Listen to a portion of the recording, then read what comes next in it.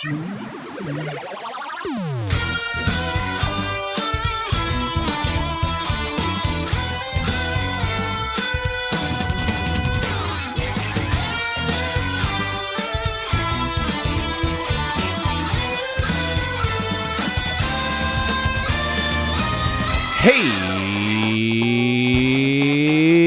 everybody, it's Tuesday, May 5th.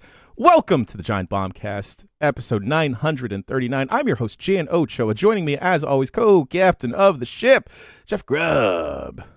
Thanks for having me, Jan. That's right. I'm only having you and one more Jeff on this podcast, and that other Jeff is, everyone wait for it, who's it going to be? It's Jeff Bakalar. Hey, Janny. Always a pleasure seeing you, pal. Hope you are good, fine, and well. I am doing so. Thank you, Jeffy. We need to balance the scales of all this positivity and good vibes by bringing the bird boy of games media, Mike Minotti. Oh, I'm mad at the world, and I think that not enough people are like me, and also I think I'm bad too. So no.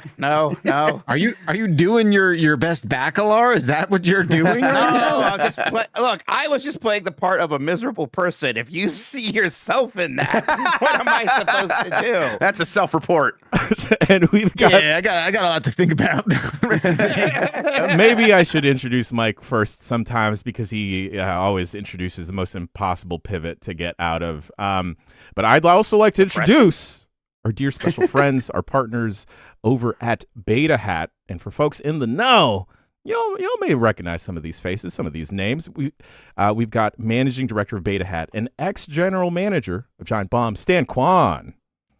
Hey, nice to meet everyone. This is actually my first time on the Bombcast, even though I have a long history with Giant Bomb crew. Really nice to meet all of you, and thank you for having us on. Yeah, you and I were two ships in the night passing, Stan. I think your time with GB ended around 2017, and then mine ended at the tail end. Folks at home may recognize this next gentleman, maybe. You've seen him pop up here and there.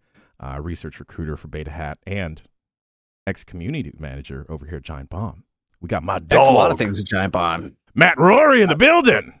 How you doing, man? I'm doing great. Good to talk to y'all. It's been about a year since I've been on the Bombcast, so I'm glad to be back. New adventures, new opportunities. Yeah. Your loss is my gain. There we go. We go. Oh, wow, that's a way to put it. For folks not in the know, Beta Hat is a market research firm with working exclusively in gaming. When a studio or publisher needs to understand what players think, they call the homies over here at Beta Hat.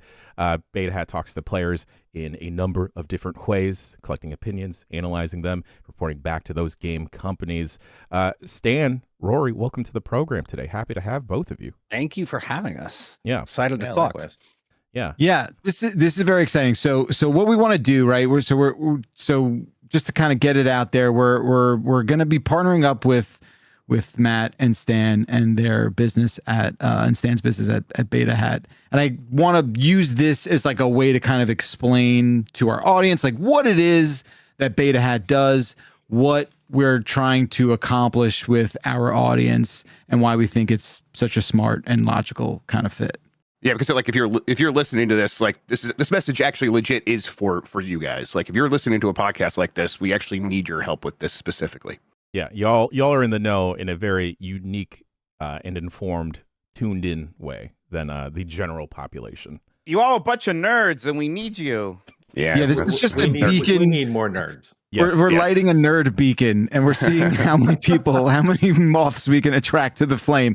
So Stan, you think it's helpful to like kind of do like a general sort of overview of like what Beta Hat is and what it is we're trying to accomplish here? Sure. So I started Beta Hat right before the pandemic in 2020. Of course, the best time to start a business.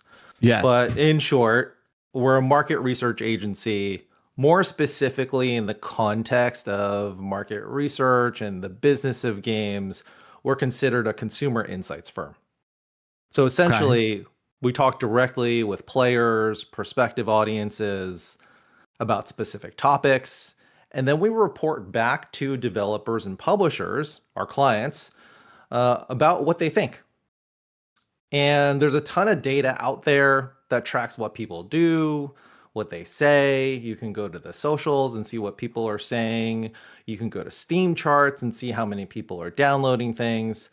And that's all great information. What we do as a firm is to try and understand why. Like, why is that happening? And then reporting back to our clients, a lot of the big publishers and developers, why is this happening? What do you need to know? And what changes do we need to make? And what kind of an impact is this having to our plans and our decision making? Mm-hmm. So why do you need Rorie? Oh God. So as a recruiter, researcher, recruiter is more accurate. I basically do, what happens is we get these massive spreadsheets full of people who either like filled out a online kind of form indicating that they're interested in a certain genre of games or something like that. We get a lot of data about people who wanted to be contacted. We don't really contact people without, their say so. So what I do mostly right now, and we have ambitious plans for the year, but as of right now, most of my month has been calling people. So if you sign up to this opportunity, you might get a phone call from the internet's own Matthew Rorie at some point. Oh. And basically what I do. An actual phone call, Matt. What an actual phone call. I know. It's a you should be excited about that. I am. Knock on the door. So what I do is basically go down these kind of lists of people and we try to call them, and what we do, either these opportunities are either online, in person. A lot of them are online. You're basically working with somebody on a Zoom call you're talking about your experiences in gaming. And what I kind of do is filter out people who are either, I want to say filter in people who are really eloquent and talking about the games, like they know what they're talking about, they have opinions, they can say them well. And then what we kind of do is filter out people who are either, I would say, sometimes people, when we call them, they're just kind of like, they're not super talkative. They just don't, I ask them like, what are your favorite genres of playing? And they'll give me a one-word answer, and we kind of have to, do a little decision making about what people we want to let into these opportunities. And what we do is kind of, make sure that people are talkative and can say things well and have opinions to begin with. And then also we kind of have to filter out people who are totally not real sometimes. Like I've had some weird experiences talking to people who are clearly just signing up to try to get in and get some cash, because these are all paid opportunities for the most part. So a lot of what I do is kind of like, try to find people like weaves. I used to talk with people on the forums all the time, people who do reviews on Giant Bomb, people who are really invested in the games and making them better, and trying to find those people. And then obviously a lot of that involves a lot of phone tag and getting back and forth with people for multiple opportunities. So Rorie has, without breaking any NDAs, has there been an interesting finding or learning opportunity from people you've called? Yeah, I really, really enjoy it when I get to talk to people, because what we do is kind of, in order to make sure that people are talkative and interesting or have interesting opinions, we kind of go down this list of like, I want to make sure that people are within the age range and what they do for work and what hobbies they have. And that's been really fun to do with people, even strangers, when we talk to people about, what they like doing outside of video games, just to kind of warm them up a little bit. So, I've talked to a lot of really interesting people from a lot of really interesting backgrounds. So that's been really fun to do. If that answers your question. Absolutely. Yes. I just want to make sure, I want to put the headline first here, guys. The idea here is when you guys are coming on this show, not to tell us how you guys make games better. I think people listening to the show definitely care about that. But there's more to the pitch than that, right? We want their help, and these are paid opportunities, right? It is that simple. Yep. So can we talk about that just a little bit? Yeah, I will say at a high level, when we think about where the games industry is today, there's not a whole lot of, or let's just say, it's very easy to go into the future looks pretty bleak. Yeah. Mm-hmm. And what we know about today's consumer is that, and today's player, is that we're a lot more discerning. Games are expensive. Shit is expensive. We want to make sure we're getting a lot of value out of the games that we're playing. There's also a whole back catalog of games too that everyone has access to. So for those who are creating new content, we really need to make sure we're hitting all the right notes. There's not that much room for error. So at a very high level, research today is actually way more important than it was maybe 10, 15 years ago. There's a lot of money that's going into it. There's a lot of investment that's going into it. And really what research does is to help de-risk some of that. Some can argue that does it detract from creativity? And as a research firm, I think the good researchers know how to balance the need for creativity, but also understanding what are the needs of the players too, and how do we balance the two? Now, in the research process, we need to, it's garbage in, garbage out. And garbage in comes from potentially two places. Like, we need to make sure that, having a good researcher is important. But even more important are the people who are giving their feedback. And I think that's why we're here today is we respect the Giant Bomb community. When I think about who is the voice that I want to have be a major part of the feedback going back to game developers and publishers, I want the Giant Bomb community's voice to be a bigger part of that because I respect this community. Yeah. It's well informed, you're mature, I think. I don't know, maybe, Dan's not here to yeah, he weights the average down. Absolutely, yeah. To derail that average. Yeah. Sure. And one of the things that I kind of go back to is like everybody in this audience has seen a million E3s and Game Awards and things like that. And if I've seen a million games that have, maybe the trailer starts off with a weird note and people start immediately turning on it or saying this is great. One of the things that, we want to do is make sure that people are seeing not just the games themselves, that the marketing around them is effective and is not, we've all seen a game and the first thing that comes out of somebody's mouth is that's really cringy. And making sure that doesn't happen is something that we, are involved in. I gotta make sure that we don't get the Mighty Number 9 reveal trailer again, right? Okay, I get it. Yeah. What were you gonna say, Grubb?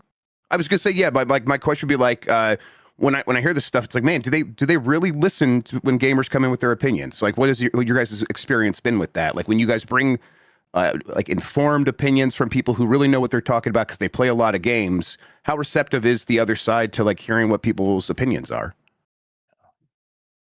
I can understand why there may be that perception. Like, I can't speak for all developers, but what I do know that deep down is they all care very much about what players think.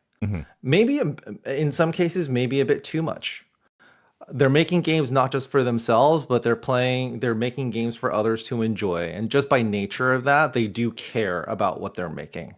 But in today's world, it's just challenging to parse out the signal from the noise. So you got user reviews, you got Twitter, you got all other types of social media. Everyone's kind of just they've all got opinions. So the hardest part is actually prioritizing. Like, what do we focus on first? Because everyone has problems with everything. So from my own experience, like when we do focus groups or a playtest, oftentimes we have the developers in the back like watching. And I will tell you, when they hear feedback, it is sometimes I need to slow them down because they will make changes and start making changes to code right there in the back room. And I have to stop them and say like, hey, like, just let's listen to the rest of these groups. Let's fully listen to the conversation. Let's talk about it first before you just react. And that tells me what we're hearing from the participants has a huge impact. Like, they're all listening. Now it's just a matter of like how they act on it, but they're all listening really closely. And so that got me thinking, like, what is my role in the industry now? And being able to facilitate these conversations, it gives me a lot of confidence that yes, developers like really want to do the right thing. They want to make sure that players are getting what they want, sometimes like to a fault. And so it's been really encouraging to see them like react the way that they do to feedback.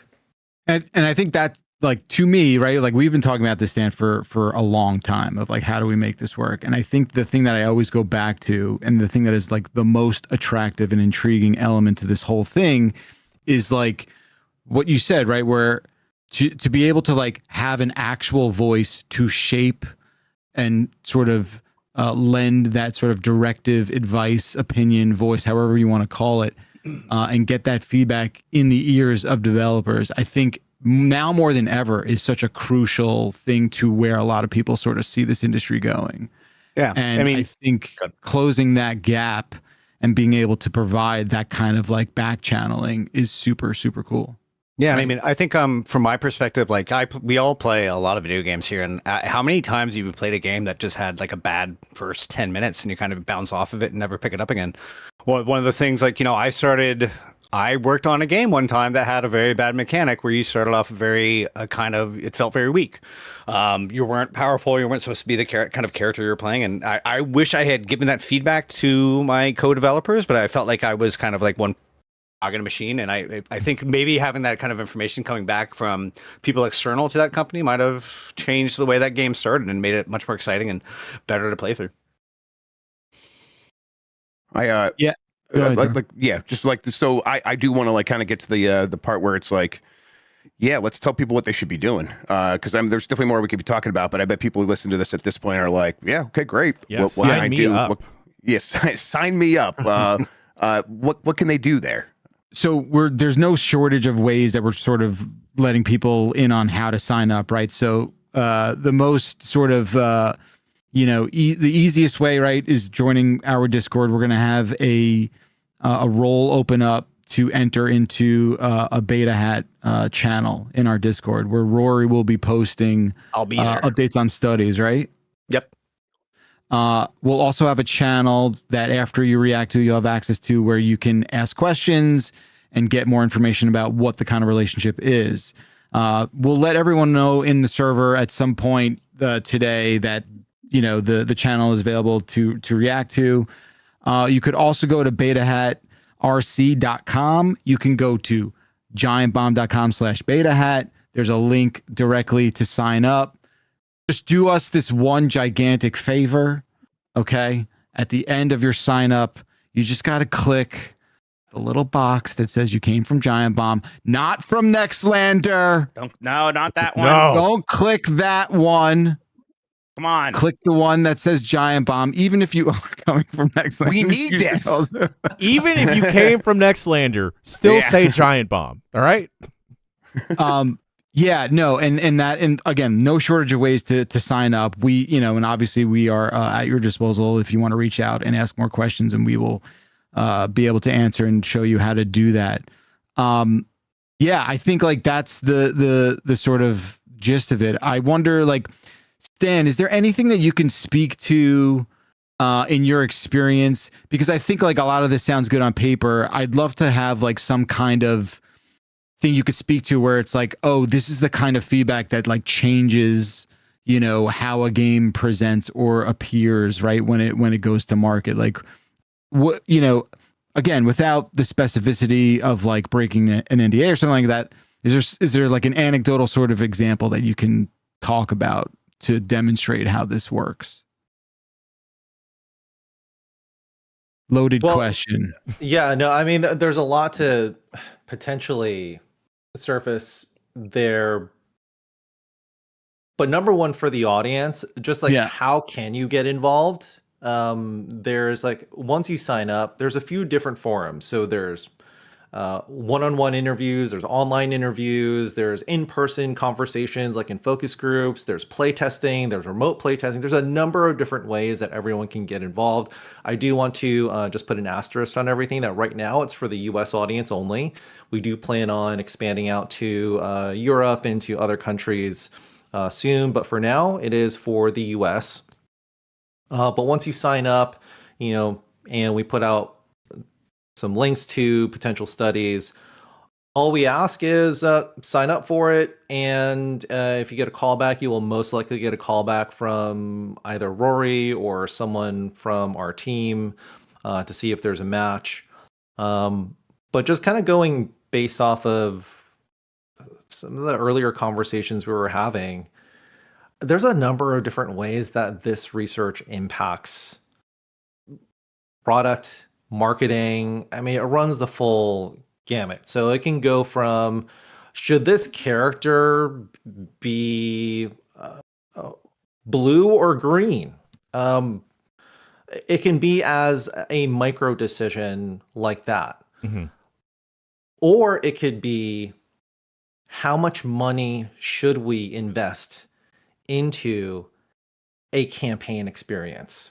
Do we need it to be 15 hours? Do we need it to be 25 hours? How much campaign do we put in there to command a $70 price point? Mm-hmm. So those are the more strategic questions that some of this research can answer. So it kind of runs the whole kind of micro to the macro. And that's like sort of my role, is to work with the different publishers to say, how can consumer feedback impact these types of decisions? Hell yeah. And if we have not been clear about it, there is a chance for you to get paid to complete these studies. Yes. So definitely want to highlight that as well. Yeah, this is great. Is there anything else you guys want to hit before we move on and send everyone to Beta Hat? No, would love to see you all be a part of the community, be a part of the research community. I think it's a great way to make an impact on the industry right now.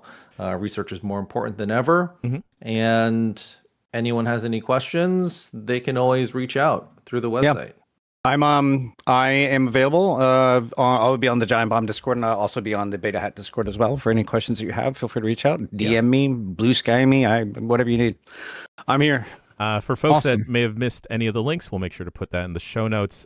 Before we let y'all go, Stan, you educated me on something that forever altered the Giant Bomb DNA that you partook in. If you're cool. It's fine. I just want to like put some asterisks here. Like, this should not taint anything that we've said up until now. The pendulum swung both ways, right? We like Stan. We like Rorie. I just want there's go for it. 2 people you had interviewed. One of them is not here today because he's out on assignment. But Stan, you interviewed Dan Reichert. Oh yeah, no, I interviewed Dan Reichert. He's like, oh yeah, I'll take that out. Like job interview, we mean, to be clear. Yes. Not like this is a regular project. this is a regular, like, at the time when I was GM for the brand, all the hiring decisions were not like made by me. I mean, I just gave my opinion and I was the budget holder. But ultimately I leaned into the rest of the crew on and I would ask, what do you need? Like, what do you need to grow this brand? How can I help grow this brand? What can I do to support you all? And then, of course, there's some open headcount, and then I'm a part of the hiring process. And yeah, I had interviewed some of the folks, one of them who is part of the crew right now. And I thought it was I'm just going to leave it at it was an interesting interview. It was an interesting interview. But look at him now. He's your chief creative officer. Wonderful, doing wonderful things. Yes. Yeah, wonderful. Yes. I was one who had to deal with the aftermath of that. I realized since I put this in the background, but I think it's being cropped out. But oh my god, don't hurt yourself, Jesus! This would be the old Bombcast thing. I figure if I'm on the Bombcast, I might as well whip out this old chestnut. I've eventually, over the years, gotten rid of a lot of the stuff I stole from the office when we had to move out. Not stole. Acquired. Not stole. Yeah, no, yes. it was all available. But if I'm on the Bombcast, I'm gonna go and show off. I forget who sent this in, but I've had this kicking around for a long time. So if I'm on the Bombcast, I'm gonna whip out the Bombcast sign. That's amazing. Hell yeah. Oh yeah. Stan, Matt, one more time for the folks at home. Beta Hat. You can go to giantbomb.com/betahat, betahatrc.com, and then make sure when you fill in to mention that you're coming from Giant Bomb. All right. Nowhere else. No other podcast. Go make the video games better, everybody. Come on, please. Yes. Someone's got to do it. Yes. Stop yelling at us don't about rely it on us. and yell at Rorie. Yeah. Okay. But join me on the Giant Bomb Discord. I'm more active on the kind of sub channels. We just started a Saros discussion. I've been playing a lot of Saros lately, and Magic Arena. I stick to some smaller channels. So come talk to me about Saros and how everybody's enjoying it. I beat the first boss last night. I was very happy. Fantastic. It's your chance. This is your chance, audience. You could get a phone call from Rorie. Yeah. And potentially get paid also as well. Yeah. Folks, we're going to let Stan and Rorie go. We're going to fade to black and take a quick bricky break, and we'll be back with the rest of the show right after this. Bye. Thanks, y'all. And we are back. Once again, shouts out to the homies over at Beta Hat. Shouts out to Stan. Shouts out to Roar Dog. Once again, giantbomb.com/beta hat. Get paid to talk about video games. Utilize all that knowledge that you got on your noggin instead of yelling at people on the internet. Have a polite chat with Rorie. Yeah, do something with your life. All right. I didn't want to say it, but boys, how's everything going? Dan Reichert is out on assignment. Who the hell knows where? Yeah, I don't. He's walking the earth like gone? Kung Fu. He's not. Man, you can't just notice. You can't just feel the energy. I feel Somebody's it. talked about salt yet today.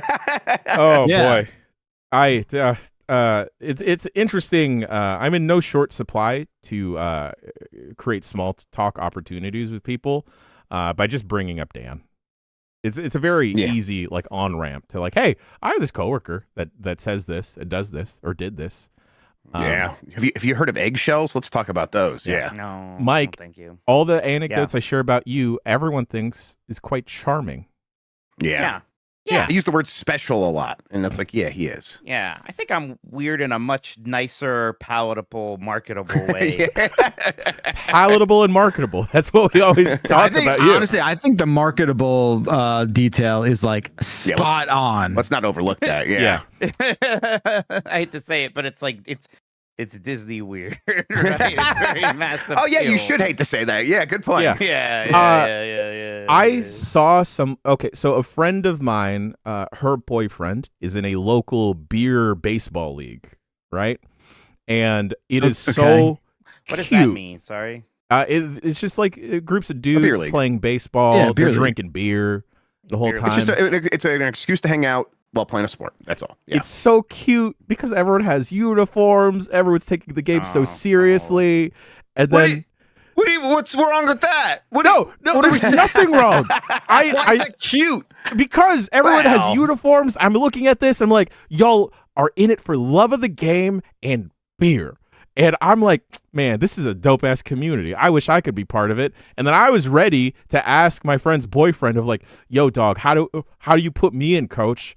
Like, I've played right field before where no one ever hits, so I'm safe to just put me over there. Lefties it there. It's not a lot. Yeah, of lefties, not a casual game, not a beer league. Well, majors. We have to worry about that. So If they were good, they'd be in the sport. Like, yeah. are you playing, Jen? No, What's the deal? because as like I'm watching the game, I'm having a good time hanging with the homies, watching another homie play, and everyone is also chirping at each other. And it's only the first inning, and people are already arguing, and I'm like, this is great. But someone's rounding the bases, and a big boy takes a little bit of a tumble, and I thought like, oh, homie just slipped. He just like maybe tripped over his own feet, and then I notice he's not getting up, and Oh shit! and this immediately makes me question whether or not I want to send in my application to join the team. And then I thought like, oh, he's gonna walk it off. He looks like a big, burly, strong man, and then he needs like at least 3-4 people to help him up. And no. They do the thing where they reach your arm out, and then like you kind of like it's a low key dap to help you up, and then as soon as the hands make contact, the guy winces in pain. Ooh. Oh no. damn, he's fucked up. And it turns out this dude not only broke his wrist From the dap? from the fall, Hey, go on. because there was a lot of momentum as he fell, but homie also tore his Achilles. Oh. That's crazy. That sucks. Yeah, I mean, being old and big, falls are pretty rough.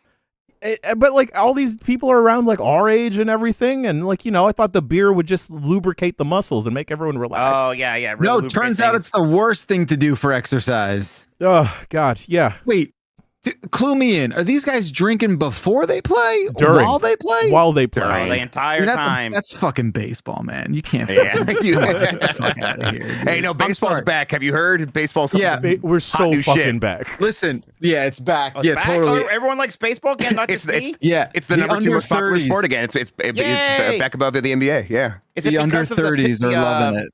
Is it because of the pitching call challenges? It's a big part of that. It's the timer. It is the Savannah Bananas. Let's not overlook that. Social media. Going to one and of then those, yeah. There's this dude called Shohei Ohtani. Apparently he's making people into base. Well, I think he's become a heel quickly. Yeah, but well, but like to me. Right, for the Dodgers and stuff like that. That's just good for the sport. Like Mike Trout was about as good as him as a batter, at least, and no one cares about Mike Trout. Like he was like the most boring guy alive. So yeah. Right. I did a sports thing this weekend. I went to the Cavs Toronto Raptors game 7. You went to a game 7? Went to game 7. Yeah. Me, my brothers, my Dr. Dad, my nephew. We had a great time. It was a weird game because the first half we were behind the entire time, tied it up right before halftime, and then we came back and just kind of dominated the third quarter and never looked back. So it was looking real rough there. It was great though. Man, I tell you what, I go to theme parks a lot. I've never seen people more desperate to entertain you than not the basketball players, sure, but the people who own this arena, every time there is a timeout, like a 2-minute timeout. Oh, it's a circus, right? Yeah. An army of people who run out there to throw T-shirts, to do a dance routine, to shoot like shoot from half court, try to win something. Just a million fire is shooting out from spires. What? There's lighting effects? There's drones. There's lasers. It's wild. So, okay, not sports related. Are Disney now. Sports have been Disney. Oh shit. But my favorite underappreciated part, I don't know if y'all wind up noticing this or this comes across on like the basketball broadcast, but the towel boys that will slide into place to wipe the floor. They slide? Circle things. Yeah. It's so doesn't that defeat the purpose? Well, they'll slide in to quickly like chamois up the floor to make sure it's dry so no one trips. But they can slide. This implies a level of slickness that that's what I'm saying. Care of. I think it's just like their clothing, you know? Reinstall friction, not create more of it, right?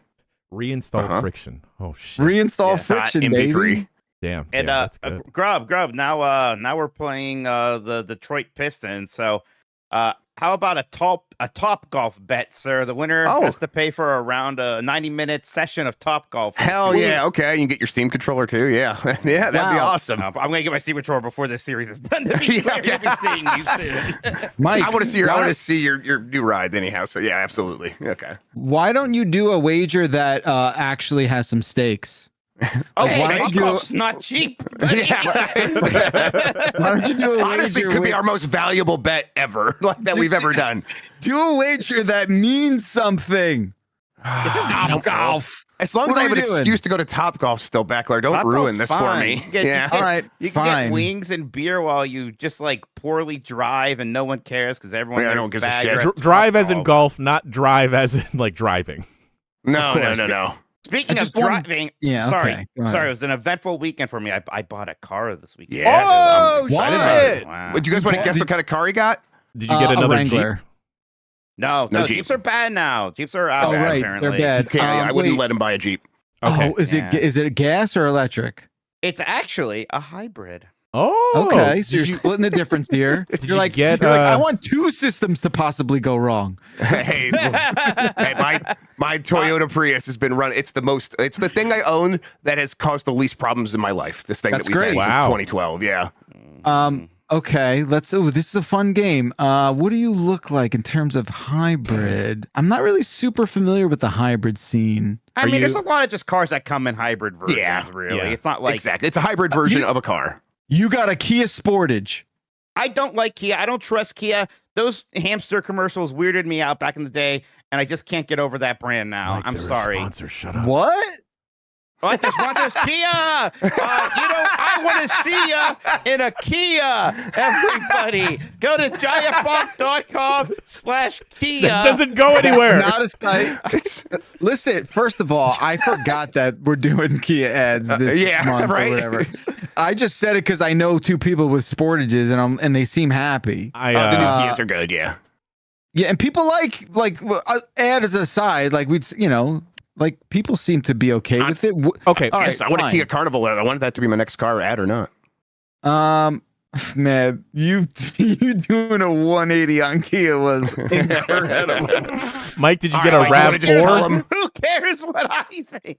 Let's see. I guess this game is not as fun as I had hoped. Yeah. All right. Why don't you start naming some? You want me to give you the brand? Sure. Okay. Sure. All right. It is a Subaru. Oh, a Subaru. Is it Yeah, a Subaru. Crosstech? No, I tried the Crosstech, and I'm like, a smaller should be better, and it's small. Like my head It's small. was not clearing it. Do Like, they make a I'm not Forester that in the? tall a guy. They do a Forester in hybrid? They do make a hybrid Forester. Ooh. Is that what Mike is driving? I got. Mike is driving a Forester. Yeah. Nice. And the color is mahogany. Oh. So is that This is like a brown?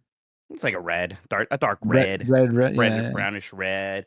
Yes, That's great. Yes, everybody. I'm in my lesbian era. That's Oh, soon Mikey's gonna be rocking some Blundstones with me. We're gonna go to the license PN. plate that says "Get Out." Yep. Yeah, We're gonna be in the PNW. It's gonna be great. What's your favorite features? Any like cool the Jeep was any cool specs there? Like I mean, the Jeep was old, so everything is new to me. Even having like the rear camera thing. Oh, damn. Oh, wow. Fancy to me, like having the CarPlay. touchscreen dash thing, CarPlay. How old I have was a your little charging Wrangler? It was a 2014, so oh, it was I getting had older.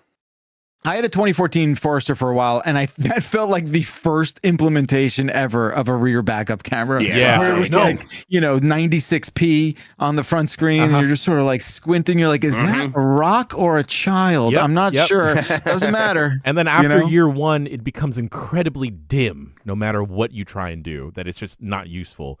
I actually have a question for y'all. Okay.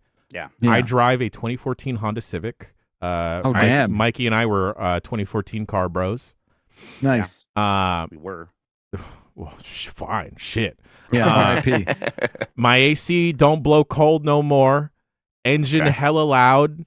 Yeah. It would be more costly at this point to fix it up. Oh yeah. Oh yeah. Oh, brother, I think filling it with gas totals your car. Oh, totally. And here's the thing. I know that I would like an electric car and everything, right? I would like a hybrid. I do want a key truck so desperately, but I can't. I can't bring a key truck on the freeway. I'm thinking, and also I want to buy used. I want to buy used. I don't want to be on the hook every month. Sure. I'm thinking a Honda Element. Okay. It's like a fun name. Much bigger. It's a little bit boxier, right? Yeah. I've seen people Right. convert it into like a mini camper, so I can rip the back seats out, give Scout some play area and everything. Sure. Thinking about it, and I just need to know. Buying it used. Okay. Wait. Yeah. So, did you have like a specific question that you wanted to ask about it, Like Jan? Or? how many miles in like a used car? With Okay, well, I Hondas, mean, I would for go Honda, high. They're so you're gonna be fine. reliable. Yes. Yeah. So if you buy it like certified and stuff, you're going to be fine on Yeah. that side of things. I would say like bigger car, lower miles per gallon on that thing. Now you're buying used, so you're going to save a lot of money up front. That's crucial. That does offset a lot of that. But in this moment, more miles per gallon would be a lot better. And that problem's not going to solve itself anytime soon. And who I'll tell knows you what what, future like, problems we could have with that. I did Yeah. not go in thinking I was going to get a hybrid, and then like it was not much more. Also, apparently, I knew so little about hybrids. I didn't know you don't have to plug those in. They just charge No. from the brake. The brakes, apparently. the capacitive. Is it capacitive Yeah, brakes? like and they're like, and it's like, oh, You you're not can doing a lot plug of it though, highway. right? What's that? No, You- there's no no, plug. No port, really? No. There's plug-in hybrids, and that's a whole other category. Oh, Yes, right. The Sorry, hybrid, sorry. the standard hybrid is just Yep. it's the engine powers it mostly, and then the Correct. braking recharges it a little bit. It's mostly powered Yeah. through the engine. So, I mean, I see. it's just supplemental. It's just not like It has just making 40% you need efficiency less gas. basically. Yeah, So it it- mitigates it's your pretty nice reliance right on now. fuel. Yep. Yeah. it's weird when you start it though, because like when I start my car, the No gas sound? engine doesn't kick in right away. So Oh. quiet, which is kind of Whoa. yeah. Cool right. stuff. Silent, yeah. You know what you asked what my favorite feature is? You know what my stupid favorite feature is? I think a Yeah. lot of new cars have this, where you open the driver door, there's like a little light that shines on the ground with the logo of the car. Oh, it's funny because I remember when we got into Bacalar's car during dinner once, he hated it. We're like, look at this thing. Why do we need this? You don't need this. Oh, I think it's because great. it's stupid. It's like what? It's fun. And it's like you don't ask for it; it just comes with it, and you're just like, you got to deal with this. I would have paid extra for it. It's a little ostentatious in a way that I like. Yeah. Could you potentially like put on a little gobo on it so like it changes what it projects? I don't see. Oh why yeah. not. You Maybe. could put a gel on it for sure, because it's just a series of LEDs with like a sort of like fisheye on it. Right. You know? Lens or something. Yeah. All right. Yeah. All right. Well, Yeah, I'm that's a good excited for you, idea. Mikey. That's great. Yeah. So I got to clear wait, out would the you old car today. can I ask what you got for the Wrangler? Get my the Wrangler is going to Dr. Dad. He wants to convert it to like some kind of snowmobile or something. I don't know. Yeah. Just leave him into his own devices.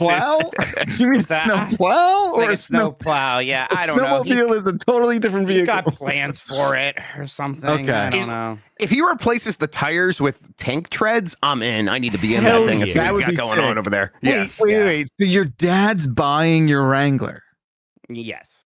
and is he giving you friends and family? How's this working? I want to know all your I'm not, intimate.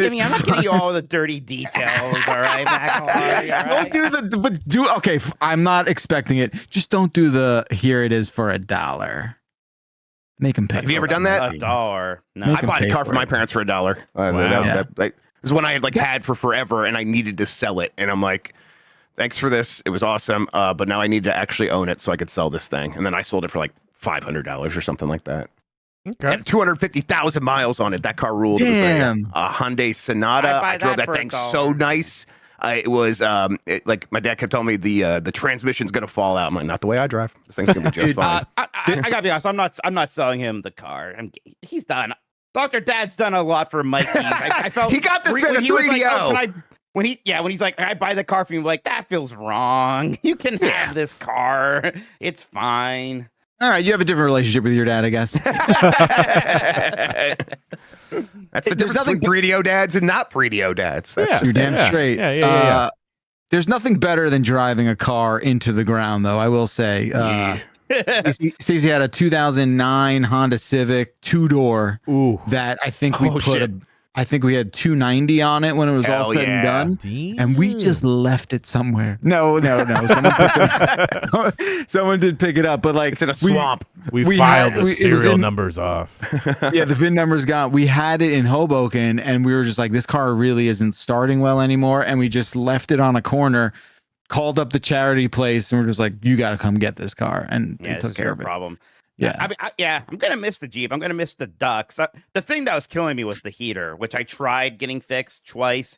It Yeah, never took. right. It was a really cold winter. Yeah. I was just like, I can't do this for another winter. As soon as it's nice out again and the prices are insane, I'm buying a new car. Yeah, I had the inverse problem right now with my Civic, where I have to park my car outside, so it's black. It's gonna be a hot car, and then I'm just like burning on the inside.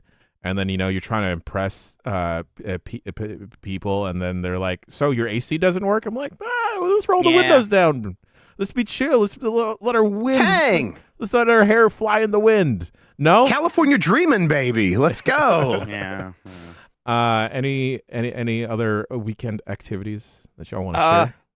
I just want to let Bacalar know one pinball development in my neighborhood. That brewery that gets all the new pinball machines is getting that fancy new Pokemon one, and they're having a launch day event. Hell yeah. On the 19th. So I'm gonna All right. check out this new Pokemon Stern pinball machine, and I'll give you a report, Bacalar.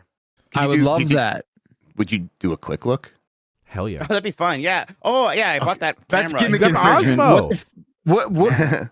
That is gimmick infringement, is it not? I thought we had a strict rule about Well, if you gimmick can infringement. beat me to it, you go ahead. But I know where one of these is. The closest one to me is in like Brooklyn, which is That's a insane. train ride. It's literally 18 miles away and will take me 2 hours to get there. It's crazy. I just have like one other thing. Yeah, that I think it's bad. It's bad. no. I think I'm becoming like a person that has to do house projects all the time now. Oh, you're like my brother. I don't want to be like. This is definitely like Steph wants these things done, and I was just like, I don't know what I'm doing. I do know what I'm doing. I'm figuring it out, and I know what I'm doing. So now it's clearly possible. We like put up the wallpaper in the house in the one bedroom, and that wasn't like some huge thing, but it was enough of like we've never done this before. Sure. And now we're redoing the laundry room. That process has actually begun. And You're doing it? Yes, cabinets and stuff. We're gonna buy the cabinets. I'm not gonna be like making the cabinets myself, but we'll buy the cabinets and I'll hang it up. And we're putting up more wallpaper. We're gonna be painting. We're gonna put up a new counter. A new counter around the sink. Yes, Jan. Grubb, are y'all gonna put a new backsplash on the kitchen? Look, the kitchen actually has an open back there, so it's like no, I guess the part there. Listen, yes, that's a possibility. She's not mentioned the kitchen yet, so yeah, that's the kitchen. We're going to put that away for a while. But there's other projects for sure. But number one right now is the laundry room. And I'm feeling more confident, which sucks. Well, now I'm like, I can do this. So are you doing any plumbing with like a slop sink there? Like what you're doing like no, so there already is one there. And I think we're going to build around the one we have because it's kind of just like the shoddy like tub sink like you see it in a laundry room. And we're basically just going to build the counter around that. Wow. And it's going to, she's got a really good vision for it. So it's like, okay. Sure. But I feel like a piece of shit, though, because something's got to be in pretty bad shape for me to be like, it should be replaced. I mean, if it wasn't her motivating me on this stuff, I wouldn't even, half the times I wouldn't even think about owning a house. Like, I don't even have one of those. What are you talking about? Like, yes. So, right, exactly. But again, it's a weird shift to be like, I can do these things. But yeah, no, that's cool, like, it's cool. It's cool. It takes a lot of time. So it's like all weekend I'm doing this instead, but hey, that's fine.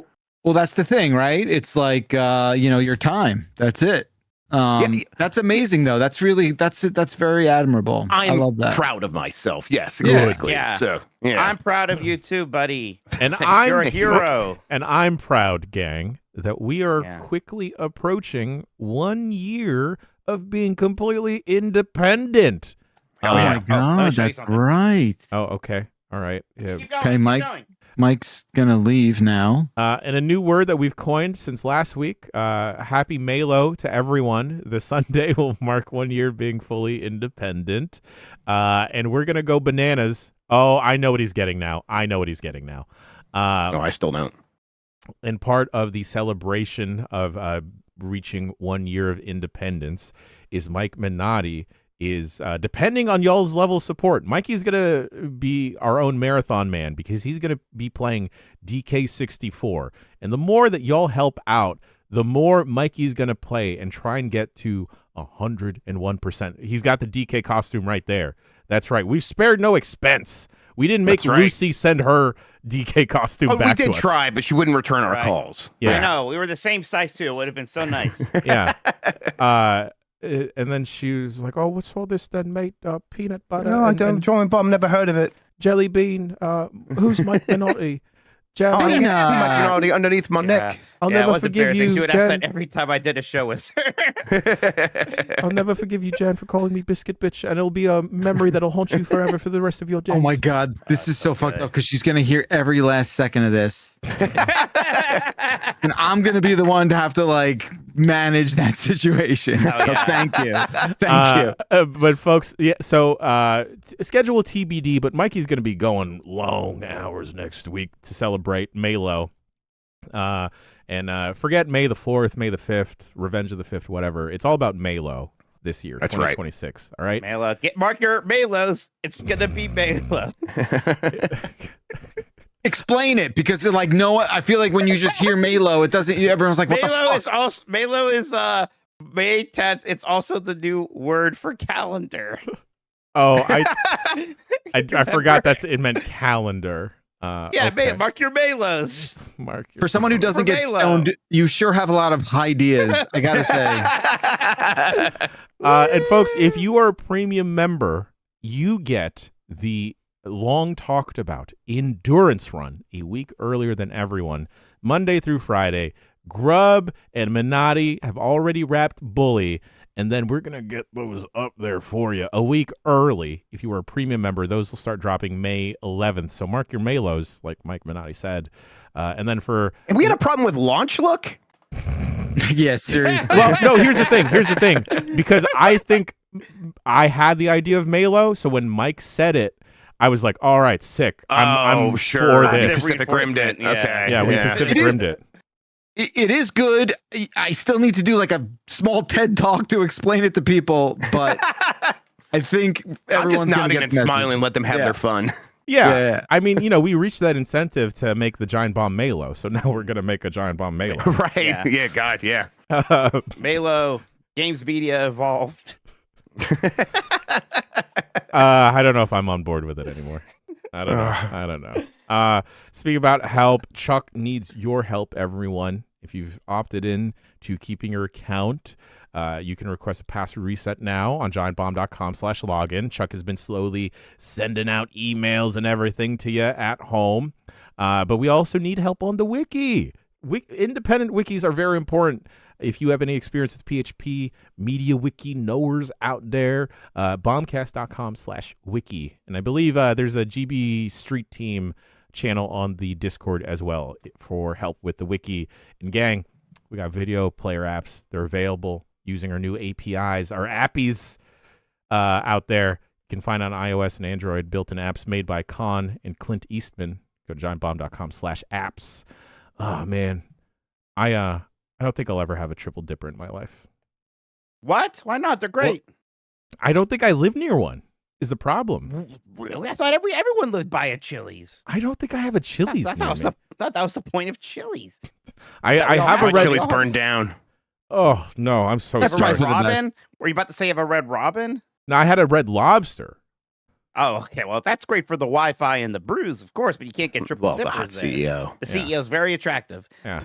We need some apps, baby. Mikey want appies. Mikey, appies, please. It's the appiest place on earth.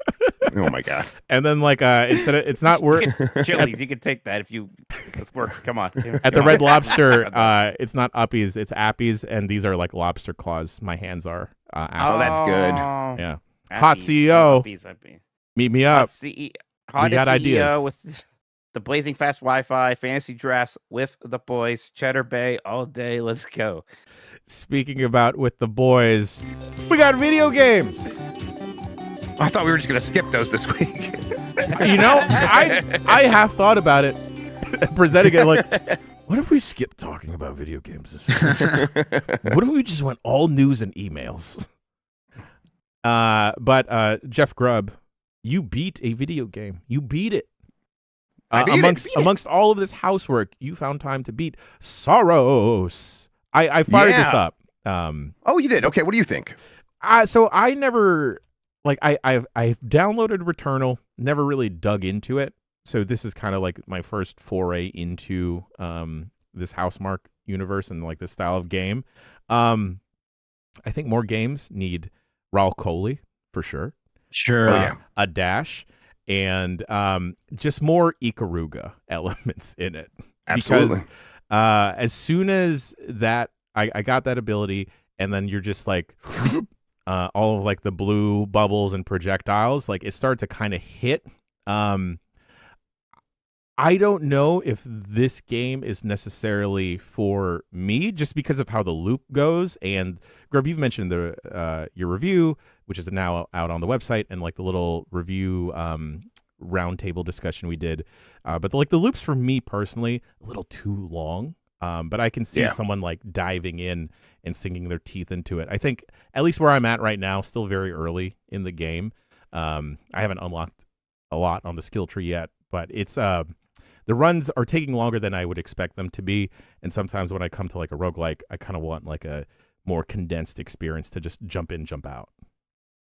Yeah, the runs will get a little bit shorter later on. A big part of that is it's not a skill tree. It's definitely an upgrade tree. And so every time you go back to it, you're just going to make your character more survivable and be able to do more damage.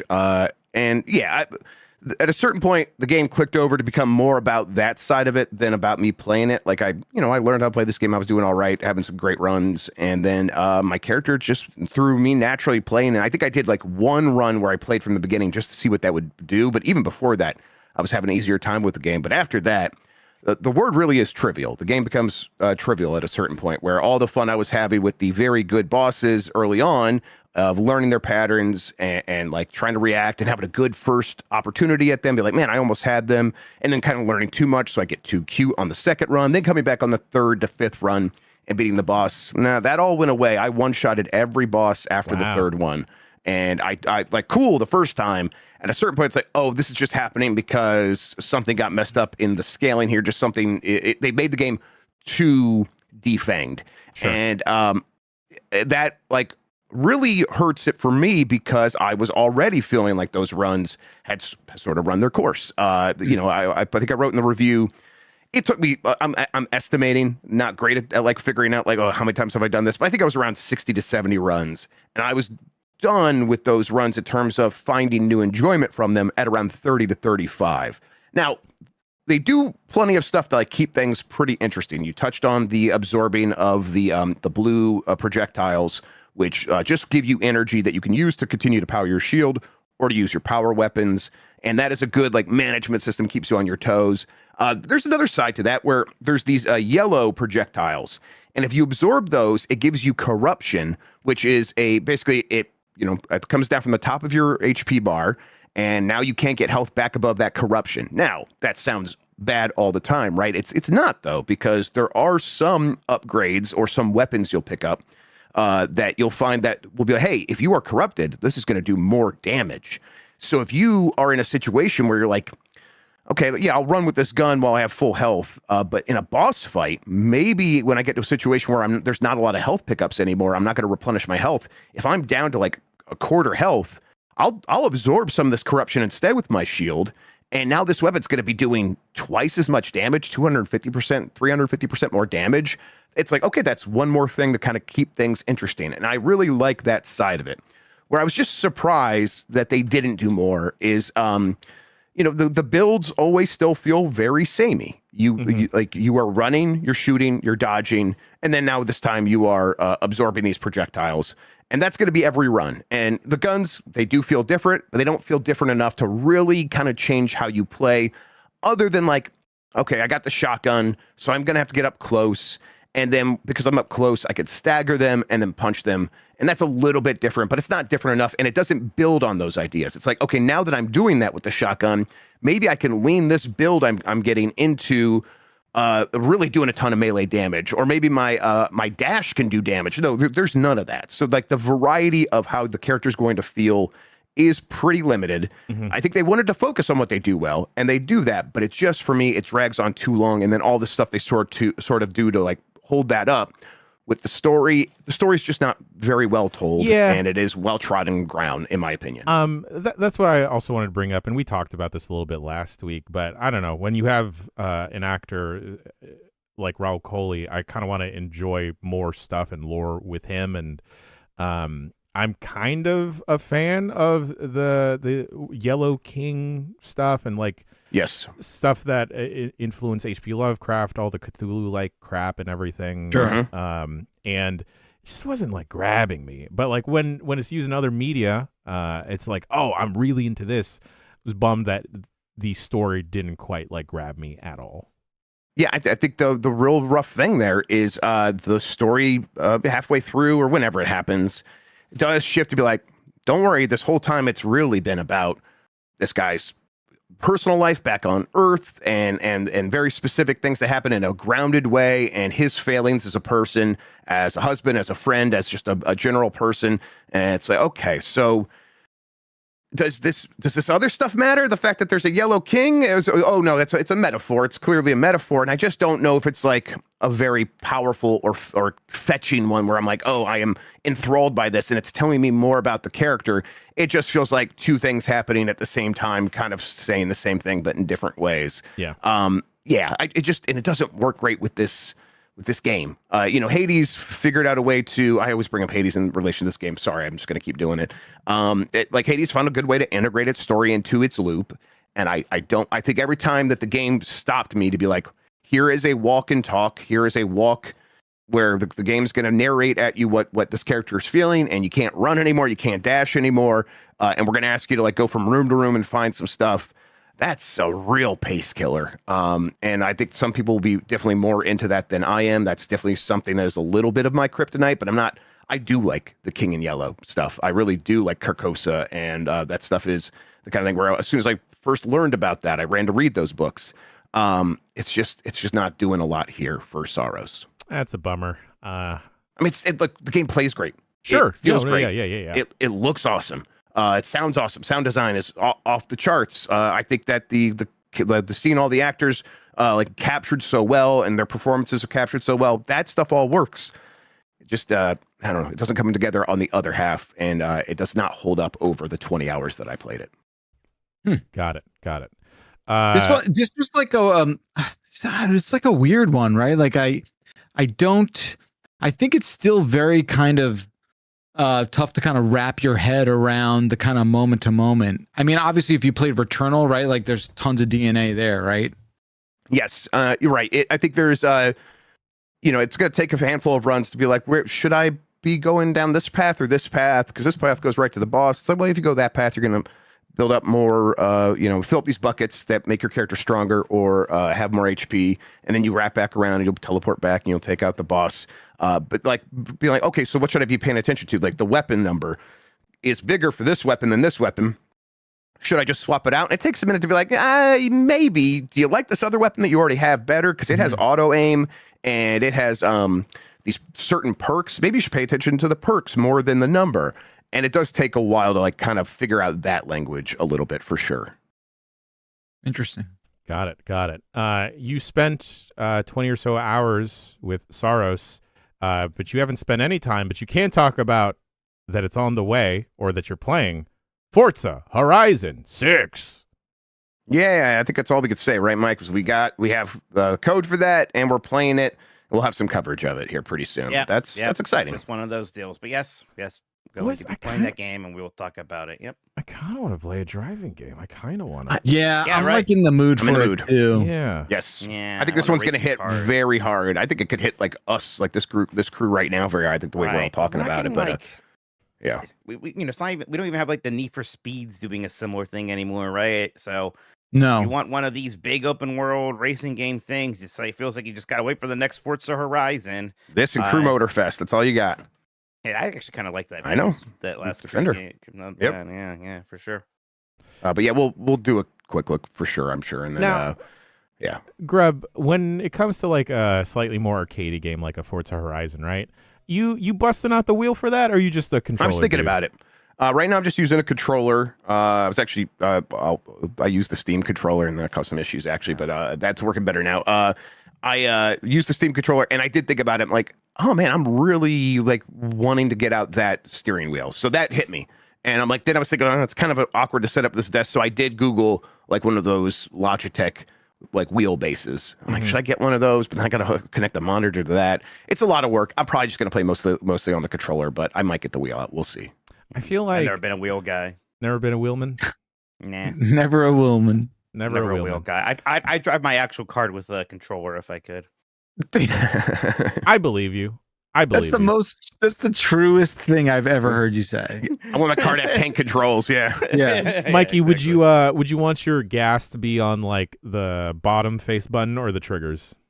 Oh, triggers. That was a good development, right? And it still is a bummer with the Switch because racing games just will never feel quite as good because you don't have the analog triggers.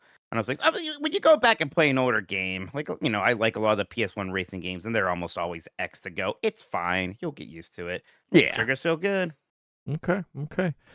I've been briefly checking out, this game came out a hot second ago, but Tamashika, another roguelike first-person shooter, except this one's got some jazz with it, boys. Yeah, it's got a look to it, yeah. It's Backlar, I think you'd really appreciate the style. It's kind of like that jiggly, jittery drawing style over stuff. What are you trying to say? Well, I think you and I are cut from similar font cloths where style and pizzazz kind of like speak to you and I. I got my font cloth right here, buddy. There we go. Just dap just yourself off cam. off. Just off cam. Look at all the serifs on that bad boy. But Tamashika, it kind of reminds me. It emulates that hallway style game. Like what is the one that the horror game that blew up? Exit 8, I think. Yeah, Exit 8. Yeah. So it kind of emulates that like Japanese subway style where you are just jamming down these hallways. It also reminds me a little bit of Neon White. Less so the platforming, but more so like the fast-paced combat. So you are getting like these little frog dudes that you either got to shoot, or if they get up too close to you, you can use a knife to parry. Feels very inspired by like Doom 2016, was it? Where you are like trying to fast-paced get through these hallways. There's a little bit of a light rhythm element. Whenever I try and play it to the beat, I kind of like don't do well, so I'm kind of going more by feel. So it's a little bit more jazz like that, you know, boys. You kind of it's all about the buttons that you don't press, but in this case, it's all about the buttons you have to press. I really important. Is there a little bit of like what was the mullet game, Mullet Mad Jack? Yeah. Cool. It does I remind me more of of that. Yeah, that was fun. I've played like maybe an hour or two into Tamashika, and I really dig the art style, if anything. But I don't know if my reflexes are able to sustain something like this for an extended period of time. It's a lot. Like, it looks really cool, but it's very bright. It's kind of flashing a lot. There's text popping up all over the place. Is it overwhelming at all visually? You kind of lock in when you're into it, and like you're going on a run, and like you kind of build that momentum of like, okay, no, I need to do one more because I know what to hit. I know like the formation and the layout of the enemies in this level in such a way. But yeah, I kind of bounce off of it because it is a little visually overstimulating. But also, I don't know how much of like a Mullet Mad Jack, Ghost Runner were the parkour roguelike games. Yeah, there's two of those, I don't know how much of those that I can jive with for an extended period of time.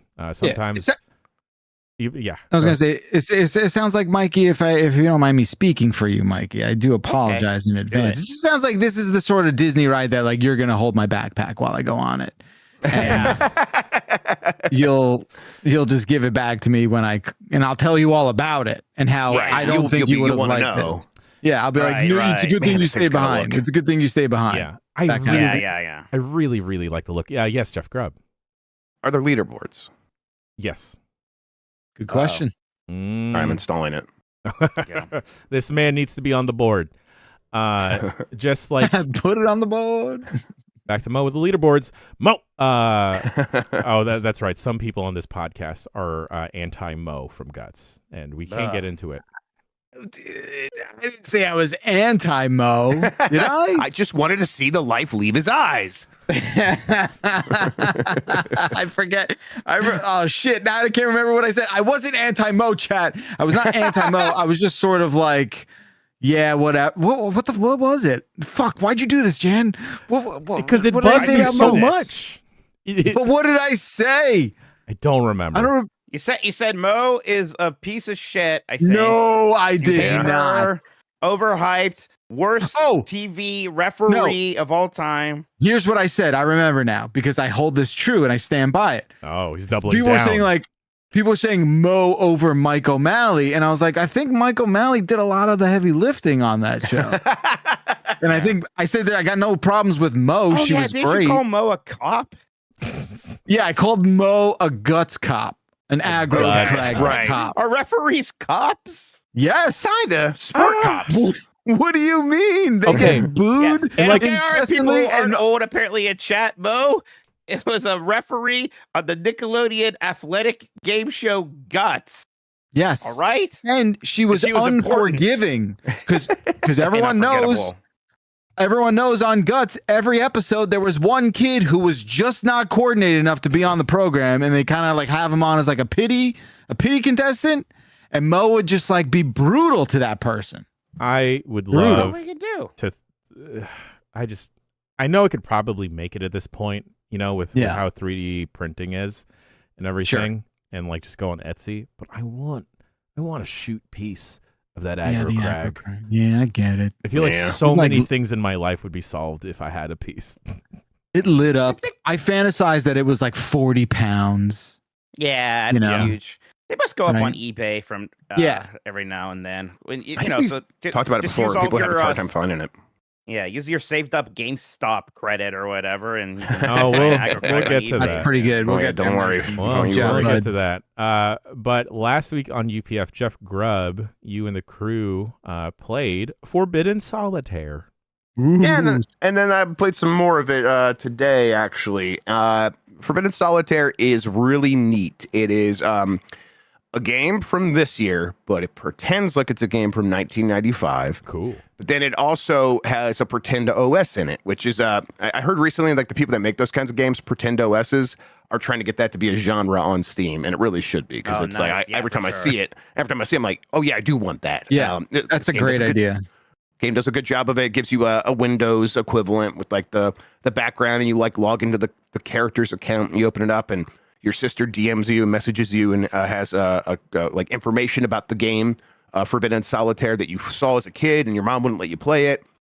Well, she found a copy at a thrift store and gave it to you, or like maybe you did, and that she's also trying to find it, and she's sending you like news clips, like hey, here's a local news, a clip of a person talking about how the game is coming out, and there's people protesting it, and here's a news story that like got buried, or a police report of someone who died at the studio right as the game was coming out. What's going on there? So there's this mystery underneath. It's very Inscryption like, I think, is probably cool. the thing you would point to. In fact, Cool. they sell it as a bundle with Inscryption on Steam, so they're like making it explicit. But then the core gameplay is Solitaire, a version of Solitaire. And it's mostly you're just trying to keep the combo going of, if there is a 4 in your hand, you want to go find the 5 or the 3 that's up on the board. And there's a little bit of strategy of like looking and seeing what else is available and trying to remember what else you've seen so far. So it's like, okay, I want to maximize the probability that I'm going to be able to keep this going, but it is just probabilities. And then they add layers on top of that don't make necessarily like the strategy that much more complex, at least so far where I'm at. But they'll do things like, okay, now here is a lock on a set of cards that you can only unlock if you play 2 heart cards, like 2 cards of the heart suit. And it's like, okay, so I'm trying to find a way to do that as quickly as possible. Because if you do run through the whole deck, you lose. You get a game over. Now, it's checkpointed. You go right back into that same match again. So it's really low stakes, which I think is probably right. The gameplay is engaging enough in terms of what I'm doing is growing in complexity enough to keep my attention. But what I'm really there for is that, along with all of the extra stuff of how they are presenting it. It looks like an older game. The character designs, the pre-rendered backgrounds, the FMV cutscenes of the main character who looks like the chess master from Chess Master, like dying or whatever, and like puking out green bile and stuff like that. I'm there for like how they are presenting this to be like, here's what you think a 1995 game looked like. It's like, yeah, this is what I think. And then the mystery there of what is really happening with this game. There's all these other icons on the OS that I've not messed with yet. It's like, I bet I'm going to dig into some files here eventually and see what else is going on. That is also pretty enticing. So yeah, I'm into what I've played. I started playing on the Steam Deck. It runs really great on there. Using the kind of the touchpad to just navigate with the mouse. Yeah, I'm into it. It's really neat. Yeah, the vibe just looks so good. The aesthetics are I love great. that. Yeah. I know it was crashing a bit when we were trying to play on UPF. It seems like because they even reached out to us like, oh, we've released a patch. We're sorry about that. Has it been more stable for you now, Jeff? Yes, certainly on the Steam Deck, no issues. And then I think on the PC, it's all fixed. There was some like problem with like, it's running as like a 32-bit program, so it can only get access to so much. So if you had too much going on, like it was working fine for me, and then I was streaming it to you guys, and then there was a problem. It's like, I guess if I would have shut down some other stuff, maybe it would have worked. But it sounds like they fixed it themselves. So yeah, I was able to see that scene without the game crashing. So yeah, it's running better. Hell yeah. I am very interested in this, Jeff Grubb. Yeah, it's worth checking out. Folks, we'd be remiss if we didn't acknowledge the holiday that happened yesterday that the gang celebrated. And I apologize to you at home if I didn't open the show with it, but may the 4th be with you and with your spirit. Because the boys played a whole slew of different Star Wars games, one of them in particular being Star Wars Rogue Squadron 2 Rogue Leader. Well, you don't watch the content. We did not play this on that stream. I was taking care of some stuff, but Mike played it anyway. No, I've been having bad luck with the Star Wars games because I wanted to stream KOTOR 2. I wanted to basically play that all month and do it around May the 4th. And that game is just not cooperating with me. It's not running. It's just not working with OBS. OBS doesn't like it. It's crashing constantly. There were weird bugs. It's strange because it's an older game, but it's been remastered recently, right? By that company that kind of does a bad job a lot of times with these things. Aspire, right? So that was just a mess. Yeah, even on our Star Wars Day stream, I tried to play Star Wars Galactic Battlegrounds, which is just Age of Empires 2, but Star Wars, and that wasn't picking up on OBS either. So Really? eventually I just threw my hands in the air. Yeah, I mean, it's an older game. There's some resolution weirdness. I don't know. So last night I'm like, okay, I did some stuff. KOTOR 2 is gonna work for sure this time. No, I just threw my hands up in the air, just put Rogue Leader in my GameCube. Said screw it, we're playing this, which is one of my favorite GameCube games. Oh yeah, and it's so freaking fun. It's so good, and just the pacing of it. You could play through the campaign like 3.5 hours, which is exactly what I did, and just such an absolute blast. So many amazing missions. That one where you're on that kind of like beach planet. And first you're like defending your guys, and then there's some AT-ATs that come in, and they're kind of in water, so it's sort of hard to circle around them without hitting the water or touching the AT-AT. Cool. I can't believe I said AT-AT, by the way. I just went on a rant yesterday about how I hate people who say AT-AT instead of AT-AT. You did it on purpose so you could bring it back up, right? Yeah. Why? Because they're not ATs, Stuz. They're No, I mean, I'm with ATSTs. you. I'm with you. I get it. My opinion is always the Imperials call them AT-ATs and the Rebels call them AT-ATs. That's how I always broke it down. Oh no, I sympathize with the Imperials. Yes, you're that's my job. sympathizer. Yeah, That's my job. That's your job. Gosh, it's incredible how amazing this game looks for a 2001 GameCube launch Hell game. And it still often just looks absolutely amazing. You know, a lot of it's spaceships, right, in space. Yep. We were able to get those things looking pretty good right away. The Star Warsiness of all of it, the music kicking in, and they kind of have a dynamic music system where some of the drops will happen at specific points. Like one of the last missions is just attacking the second Death Star, and they kind of wait till like they made a second one. They made a second one. Huge It's just Control C, Control V kind of thing. There's like this part where, like a million TIE fighters fly at you, and it happens just like in the movie, and then the music kicks around like. It's awesome. That game's awesome. It's so freaking good. It still feels amazing to control. I love all the ships. I love the weird narrator, and I love just going up to a ship in the little garage. I almost said garage, like I'm English. I feel like that's how you would say that word. Yeah, right. Yeah. And you push like the Y button, like the guy's like the X-wing is the workhorse of the rebellion, and going on. I just love hearing that guy do his things. It is just such a Star Wars game. Definitely one of the all-time greats for me. Even though like you can play through all the missions in a few hours, there's a lot of replay value in trying to get better medals, and there's all these weird unlockables, things like that. It's such a good time. I've never played this, and because it's really not good. having a GameCube, but it's in a place where I could, right? Yeah. Sure. Yeah. Although, like, actually, go ahead. Yeah. Well, so the Dolphin emulator is amazing. This is one of the few games that has historically struggled with, just because Factor 5 was doing some weird hardware wizardry stuff that is sometimes hard to emulate. I think it's gotten better. I'm not sure what the state of it is right now. But yeah, this was always like the one that was the hardest to emulate. That's right. There's another GPU on the disc. Wild. It's crazy. Super FX 2 in there, yeah. Gang, it's like it's not an official Star Wars week here at GB, but we got some space on UPF. Could we play Battlefront 2? Sure. If you want to play Battlefront. Wait, which one? Battlefront 2, the 2017 Jimmy Jam by DICE. Yes. Okay. Absolutely. Yes. Let's do it. Okay. Thank God. I was like, wait, how young is Jan? He's a little baby. Oh God. Yeah. I remember it's funny, it came out in 2017. Stan and I were talking about Ships in the Night. I kind of got back into games really hardcore also because starting this job, man, I would fucking lock the fuck in Battlefront 2 sometimes. Also, speaking about a game, and I don't like thinking that 2017 was a while ago, but it was a while ago. And that game still looks gorgeous for sure. Is it really 2017 was when that Battlefront 2 game came out? It's 2017. I just looked this up yesterday. Yeah, I mean, we say this a lot now, but that's like a 9-year-old game, and games really don't look any better than that anymore. No way. Yes. Absolutely not. I mean, geez. It's a shame with I get why the loot boxes were so derived, but it's a shame it took the whole game down with it because there was so much there that was good. I'd kill for a Battlefront 3. Well, no, they got that Battlefront like experience in Fortnite now, brother. You don't need another. Sure, it's just as good. You don't need another Battlefront. Yeah, I mean, look, I get that it's an art style, but it's almost a little depressing to play the Star Wars Fortnite game and compare that visually to the Camino map and Battlefront 2, right? A little different. Yeah. Mhm.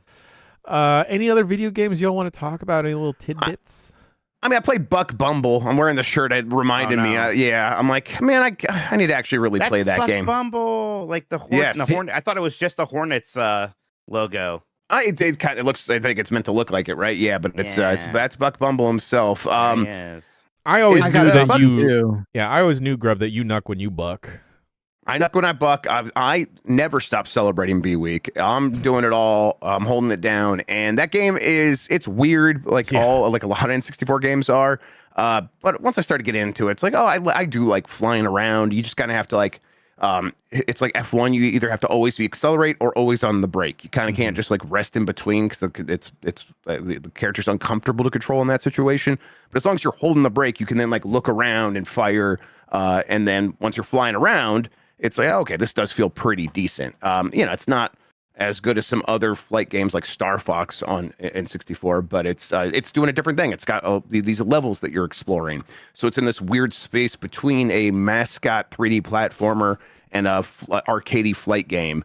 And it does a pretty decent job of that. And then the song is really good. Of course. The song's still very good. I like taking a genre like the space flight or the flight sim and adapting it to little bugs. We need to do that more.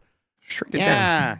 Yeah, I would like that. By the way, this Wikipedia page for Star Wars Battlefront 2, the new one, is so funny because like one of the sections is government response. Yeah. Fictional government, real government. The real one. government. Okay. All right. Beautiful. All right.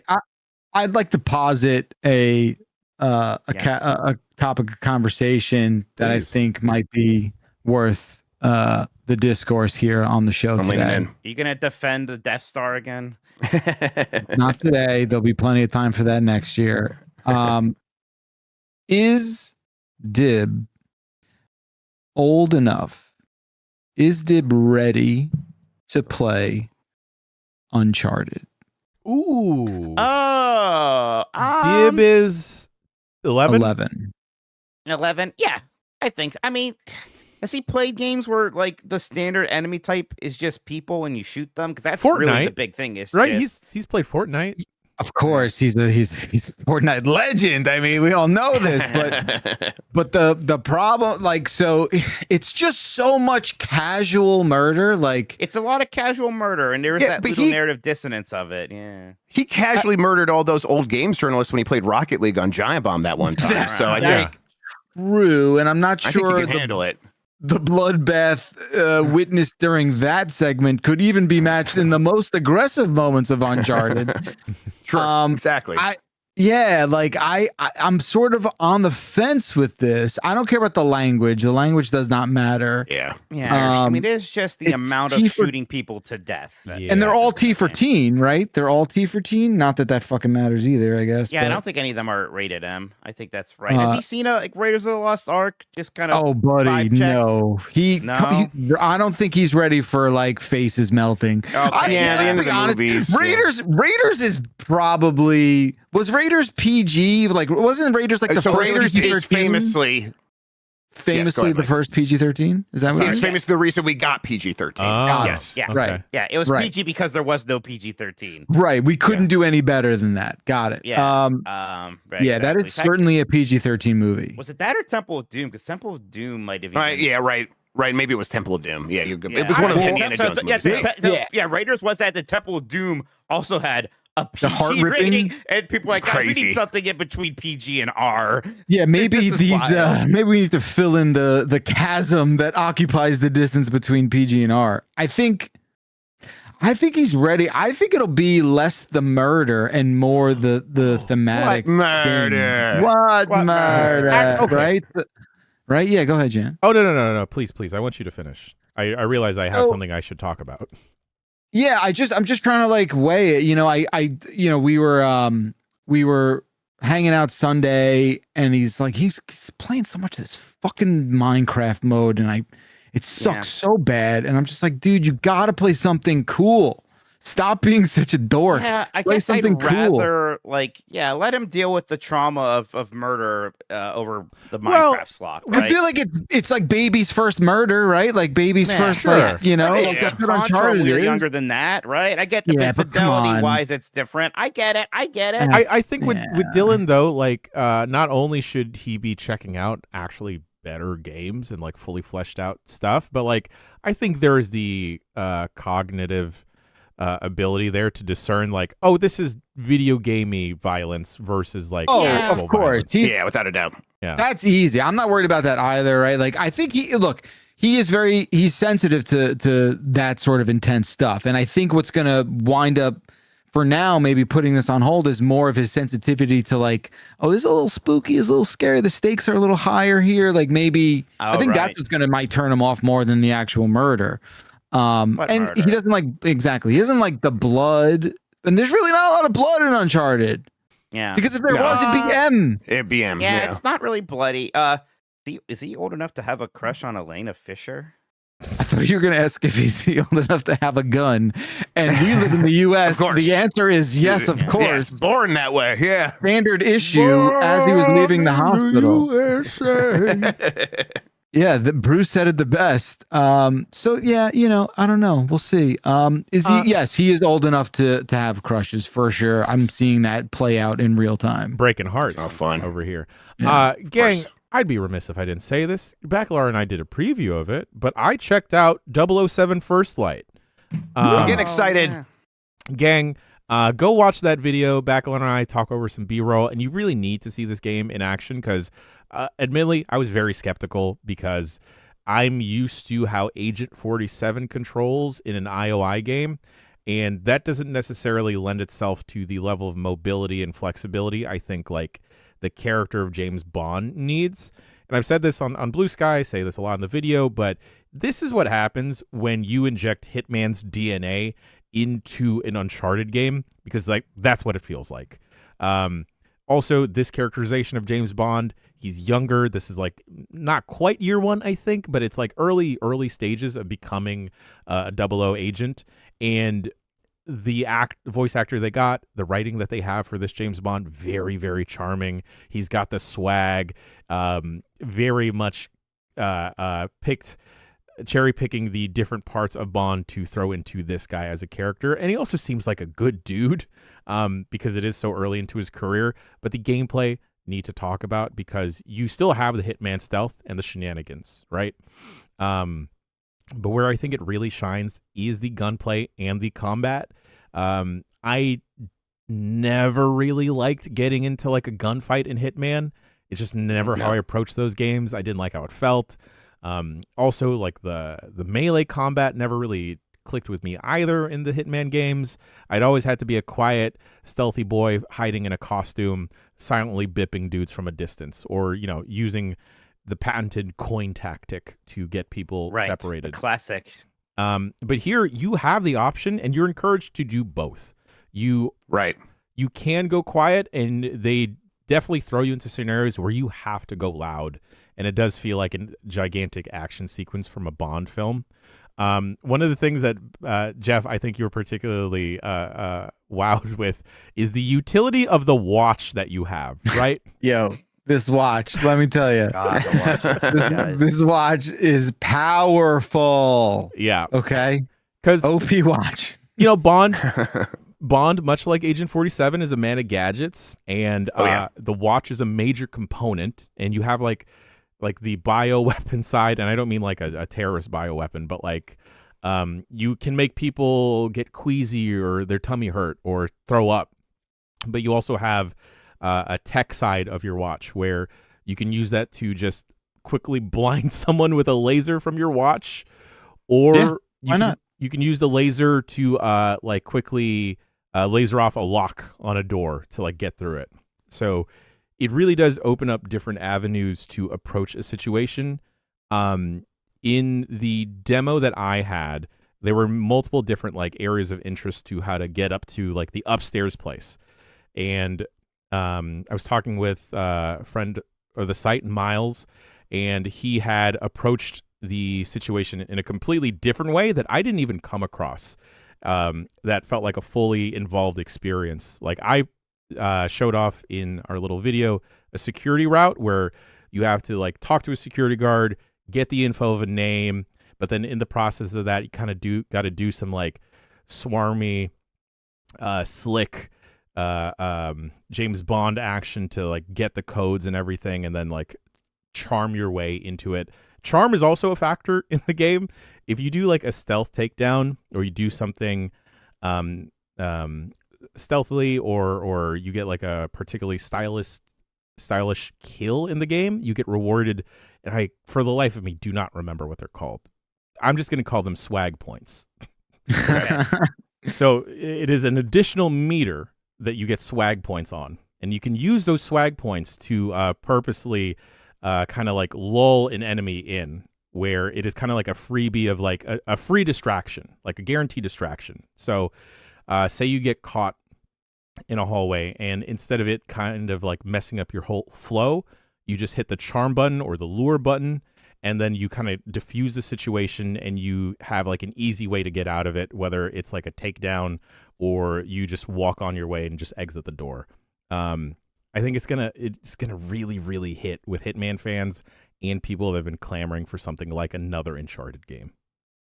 Oh, I'm excited because I do. Because I don't have a ton of affinity for James Bond per Same. se, but I like IOI a lot, and I like Uncharted a lot. So if it has some of that flavor, I'd be very happy. I'm getting my hopes digging. up. Yeah, I was digging what we were looking at. I think like, I don't know, the watch stuff. I'm a little like on the fence with it, just because it was almost like watchdog levels of like, this is just this all powerful, Swiss Army watch thing. Yeah, James Bond can get away with that. That's been there from the beginning. That's exactly right. Right. They're just like, hey, James, you see this little like paper clip? It's a bomb. Yes. It's a bomb. It's an antenna. It's a car. It's also a car, and it's a tank. It's all the things you want, and it's also a sexy lady. Yeah. And he's just like, and he's just like, right. Cool. I'll use it while I'm drunk, and that's James Bond in a nutshell. That's the story of James Bond. Yeah. Does the watch have a Malo in it? Oh my god. Okay. No, but Money Penny in your ear will tell you what the date is. She'll reference her Malo, not all the time. Good. But yeah, if you are like a fan of like the James Bond series, I think they do lean into it. Like, so you do have like Money Penny in your ear sometimes. I didn't get the chance to talk to too many other characters in like the little demo session I had, but I'm like, yo, gang, I'm fucking jazzed for this. Turns out IOI makes good games. Choice in Publishing, go work on that a little bit. Oh, right, that Mind's Eye mission. Wait, is that going to be the Light Club, Jeff? Now that's a what murder. Oh, yeah. Oh, no, I won't be around. Yeah. I want to see it. It might be. Maybe that's what we should. I mean, maybe the Light Club's not the word, but that should be played in the Light Club slot. It'll delight somebody, yeah. It'll delight someone out there. But yeah, 007 First Light, I think that comes out this month, May. It's this month. Yeah. Crazy. Crazy. But folks, we're going to go take a quick break, and we will be back with the news right after this.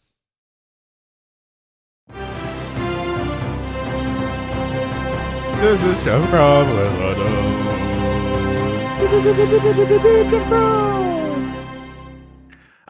Just to tell you guys where I'm at right now today, I was just like, the podcast was starting back up from the break, and I'm like, I can't wait to hear what these guys have to talk about. And then you said, here's Jeff Grubb with the news. I'm like, oh yeah, it's my turn to do the podcast now. So let's read some news, everybody. Hey, this is a fun one. GameStop makes a wild $56 billion bid for eBay. GameStop, led by Ryan Cohen, who is normal, has made an unsolicited cash and stock offer to acquire eBay for around $56 billion. This values eBay's current shares at $125, which is about a 20 to 30% premium. GameStop says it already owns about 5% of eBay, so it would use that. It would also use the $9 billion it has in the bank from the meme stock craziness, when it was like selling stocks into the huge spikes that were happening because it was a meme stock. And then they would get about $20 billion in financing. They have like a note saying that they are ready to have that lined up. And then the other half of the $55 to $56 billion would be stock in GameStop. Now, that it was definitely like, okay, that could work. Could you explain it more? Was a question that was posed to Ryan Cohen in an interview on CNBC. And his answer was basically, no, go look at the website. And I am barely exaggerating there. In fact, the only thing I'm saying, he didn't say no. He just said, go check the website. It's an embarrassing interview. It is awkward. It is clear that this man is out of his mind. And I just worry because, and why do I care about these fuckers? But I worry because the cult around the GameStop meme stock has not gone away. So everyone that is still invested in that is looking at him like this is 4D chess. He's got this all figured out. What a legend. Yeah. What a legend. And it couldn't be more clear to me that no, he just wasn't answering because he doesn't even know where he is, let alone knows what's going on here. To be serious, it's bad. To be serious, just very quickly, I think this also highlights that these big news corporations, they really genuinely do need someone on the games beat to talk about this seriously and in a nuanced way. Yeah, Mike. Wow. The game get Dean. No, but honestly, to speak to it in a way where it's like, oh, you know that someone like Ryan Cohen is a dork. Yes. Well, yeah, it is kind of wild that first off, where's this investment commitment letter coming from? That's what I want to know. Who is lining up to take on this debt? Because I don't know, you just, in the last, it's an American tradition, right? Collusion, market manipulation, and basically just letting the capital elite just connive and just run amok in every way, shape, and form. And I feel like this is the one guy that they're gonna actually draw the line on. Where I just feel like you have universal consensus that this is the most unlikable CEO, right? Where because, it's maybe he behaves like Elon, and he does Elon gets with because he's the richest person in the world, right? So they just keep him he's the richest person in the world. Yeah, they can't do that here. Yeah, right. The most unlikable just creep, right? And I don't know. I feel like this is a guy who at one point overheard "fake it till you make it" and was just like, this is my entire life. I'm gonna just completely do this forever until someone says stop or I die. And that I don't get it. And to have this completely propped up off meme stocks, right? Because that's essentially what's floating the backing for this. How can this happen? Yeah, and it's so there's definitely a lot of talk about why is he going for this so hard? He has a compensation package that if he were to get GameStop stock above $100 per share, there's steps. There's different tranches of if he gets at certain levels, he's going to get money. But the top one is $100 per share. Then he would get about $30 to $35 billion in a payout. That's his money, and that's worth a lot more than what GameStop's worth right now. And so the everyone's thinking the strategy here is do that at all costs, and the cost could be the health of GameStop and especially those investors. Now, the investors are the retail investors, the people that are buying in on the GME meme stockness of it all. They're continuing to try to justify it, being this could benefit us if he grows GameStop way beyond even what he might potentially dilute the value by issuing new stock to pay for this deal, which is something he explicitly said he will do. You could say that, but there are so many potential pitfalls, including just taking on too much debt, them not actually being able to do all these huge cost-cutting things because the natural combination of eBay and GameStop regional stores working together. It's wait, what? What the fuck? What does that mean? Are people going to drop off their eBay things and have you sell it for them? That was a business model in 40-year-old virgin 50 Hell years yeah. ago. Like Hell what? yeah. Like, and we don't see those stores anymore for a reason, honey. Like, what are you talking about? So it's like, I mean, I would just like to buy these shoes. I would just like to buy these shoes, please. Yeah. I just sell them on eBay. Yeah, no, I can just give you money though. That's how that works. It's bizarre. Obviously, there's like definitely a lot of other considerations of GameStop is very involved now in Pokemon cards, and eBay is like the other side of that for a lot of people. Yeah. And, but that's not worth this much money. No. We had like Fame Whitaker on GMM yesterday, and I didn't think about that angle at all about how much Pokemon cards and the fucked up inflated market that they have that has been created is that much to influence trying to acquire eBay. Yeah. I just, he's clearly not thought about it more than this is a thing he could kind of piece together, cobble together enough ideas. And like his basic pitch is eBay spends a lot of money every year trying to acquire new users. And the amount of money, which is like some astronomical number, and then they're only getting like 1 million new users last year or something like that, compared to the amount of money, like the money per new user acquired was really crazy. So he's like, yeah, I will come in there and I'll fix that, and then we'll do all these obvious cost saving things, and those alone will make the stock more valuable. And it's like, I just feel like that is such a rosy picture of what will happen here. And the reality is going to be, there's going to be a lot that goes wrong, and it won't go as well as you think. And the natural combination of GameStop and eBay actually doesn't sound that natural to me. And then he always says, and then we're going to be an Amazon competitor. It's like, there's a long walk from one to the other there. It is. And the most horrifying element of all of this is to keep in mind that we are currently inside and living through a completely delusional market. Yes. Right? Like a market that like looks at itself in the mirror and does not recognize itself. And it's just like, I'm worth shit.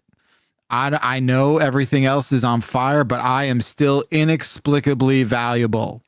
And that's why I see this stuff and I'm just like, fuck. There's going to be enough strings that are pulled where this could actually happen. That is the thing here. You're right. Like the one thing that kind of got pointed out recently is that every time the market seems like it's going to have a downturn, everyone rushes in to moneyball it, because now everyone's like been trained to be like, hey, you like, this is an opportunity to buy the dip. It has become such a widely accepted thing among so many investors and retail investors that people never want to be on the FOMO of it and never want to miss out. And that sort of energy could be pushed through something like even this big and this wild. Right. Everyone's just like, hey, obviously we don't know what we're doing, but I don't want to miss out on the chance that this is the next big thing. So yeah, this could actually end up happening in a really weird way. But it doesn't. I mean, right now it feels like this is backfiring. GameStop's stock was up like on the rumor, and I get a lot of people made a lot of money on the rumor, and then it dropped 10% the next day. So on the news, if you bought on the news, you lost a lot of fucking money. And the people that knew, I doubt that will ever be prosecuted. But yeah, it's and like don't even get ahead of yourself, right? Like, because if you start to really just even have the most sort of surface level understanding of like what a GameStop shitcoin meme stonk disaster dystopia would look like with them owning eBay and running eBay. And if you think like the current hellscape that we occupy with predictive markets and the hyper infused gambling culture into every facet of everyday human life is somehow injected into what eBay looks like, I just don't even wind up getting up tomorrow, because you will you have such an exercise in fucking nightmare. I can't even begin to like just don't think about it, because I did it yesterday and I had to lay down for 45 minutes. It's not great, folks. It's just not great. We get what we deserve. And that's this is our great filter, folks. So Joker said that, yeah. Yep. I'm with you, and it does feel like someone just keeps pouring NOS into the engine, and no one's like wondering. It's like, hey, is the engine going to hold together? It's like, well, we're going faster. Why the fuck do you care? And eventually, some key component is going to snap on there, and it's gonna look bad. All right, let's keep going here. GTA 6 expectation management. That's become the story now. Strauss Zelnick has been doing some more interviews. He talked to Jason Schreier over at Bloomberg. And he basically said that the expectations that are on Grand Theft Auto 6 are, and this is his quote, terrifying. The game's still set to come out November 19th, 2026. And basically he's just like, yeah, this is a game. And I don't know if he said it in so many words, but the truth is, if this is a game that comes out and sells 10 million copies on day one, that's a disappointment. Yeah. Analysts are expecting it to sell 25 million copies Day on one? day one. Day one. Not 25 million copies. not weekend one. I mean, look, yes, I'm sure there could be some squishiness there, but in general, like, they're expecting 25 million. It's like, hey, okay, Tears of the Kingdom did like 20 million in like a week, right? Basically first day, 20 million. So this isn't impossible. In fact, it's probably pretty likely that this is going to do that and maybe surpass that number. But that's crazy. And to make sure that happens, there can't be any sort of wide memed backlash. There can't be missing faces. There can't be just this game looked funny for a second, like in a bad way. Everything has to go right. I don't think they're gonna let anyone see it. Right. That's real. Okay. So that is the question here. That's what the story is about, Bacalar, which is like, how are they going to talk about this game? So there's, how much do they show of the campaign? They could show a lot. They could show a little. Listen, it's looked really good in trailers. It'll present really well that way. Are people going to get to play this game before it comes out? We're living in such a different universe now. I mean, we've had a great relationship with Rockstar. Like, we would get invited, especially when I was at CNET. I was there all the time seeing stuff super, super early. And I think things are just too big now. I think the stakes are so high that I can't imagine. Even, people in the chat are like, oh, paid streamers and influencers. I don't even think that's safe. I don't know. Yeah. I don't know. After Dan went to that WWE event and the games journalists were on one floor, but the influencers were on a separate one. If they do it, they'll do it that way for sure. We're being wined but and the stakes dined. are lower. Yeah. Yeah, but I think like they're going to roll the red carpet out to streamers and influencers that will just goof and gab about this game.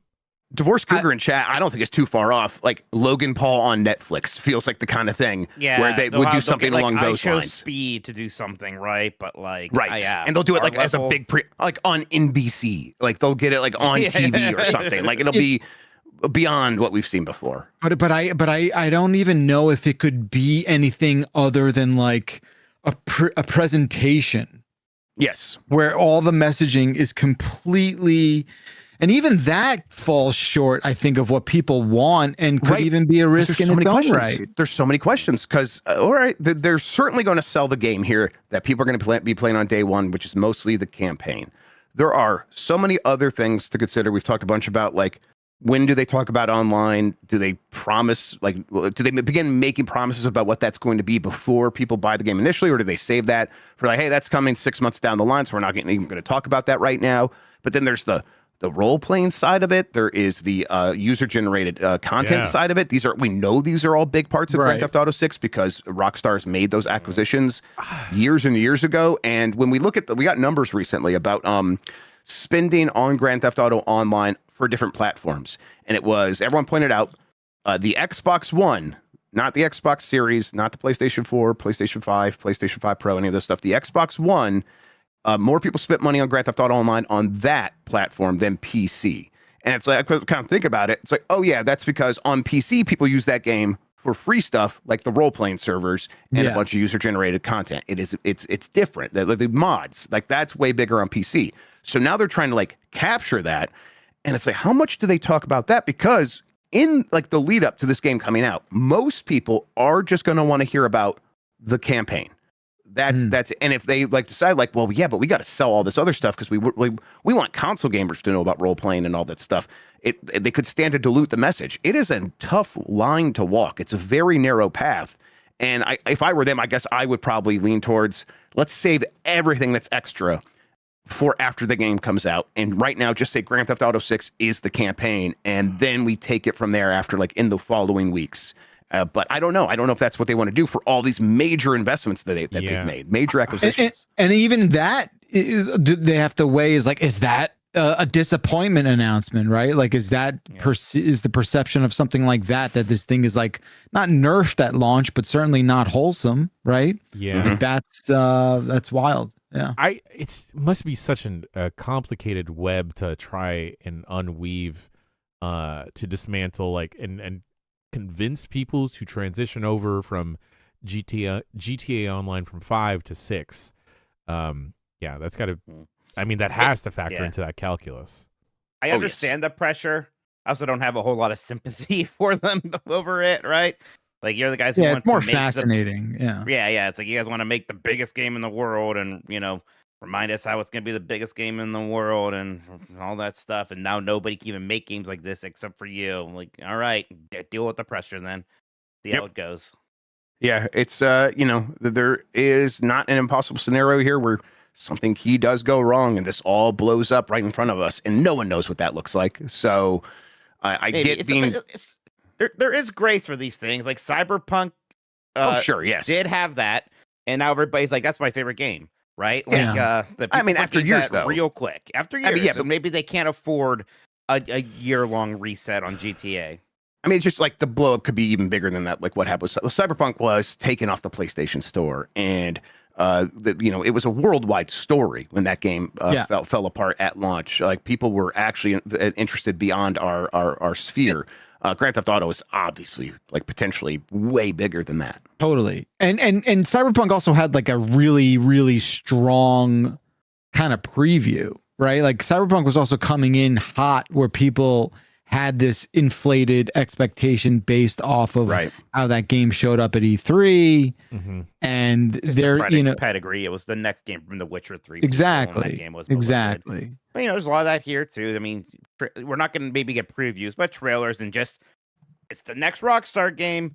Yeah, the hype will be insane. It's wild. This whole thing is pretty wild. Yeah. Xbox hardware and services decline again in Microsoft earnings. Hardware was down 33% year over year in Q3 of fiscal year 2026, but content and services revenue was also down 5%. This company keeps shifting things with new leadership. They are going back to, hey, we're going to really focus on the console. We might bring back exclusives. We are all heads down on Project Helix and all this stuff.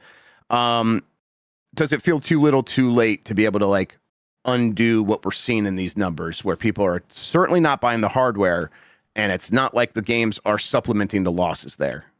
I mean, it's probably too late to overcome PlayStation again, or seriously compete with them within the next 10 years. I'm just still so curious what this next console is and what it looks like. It seemed like for a while it's almost going to be de-emphasized. It's mostly just a PC. Yeah. Now they're kind of reversing course there. Like, they want us to think of this as more of a traditional console again. And yeah, it's a PC, but it's an Xbox, and there's going to be exclusives maybe and all that stuff. But what are your expectations for a machine like that? How much do you think that's going to sell these days? Yeah, I mean, that is going to be expensive. I mean, I think we always expected it to be, like, going way back to the first time we heard anyone talk about it, which was Sarah Bond at Game Awards, maybe Summer Game Fest, saying, we're going to have a new hardware, and it's going to be the biggest technological leap you've ever seen, or whatever. And so, our eyes rolled into our butts.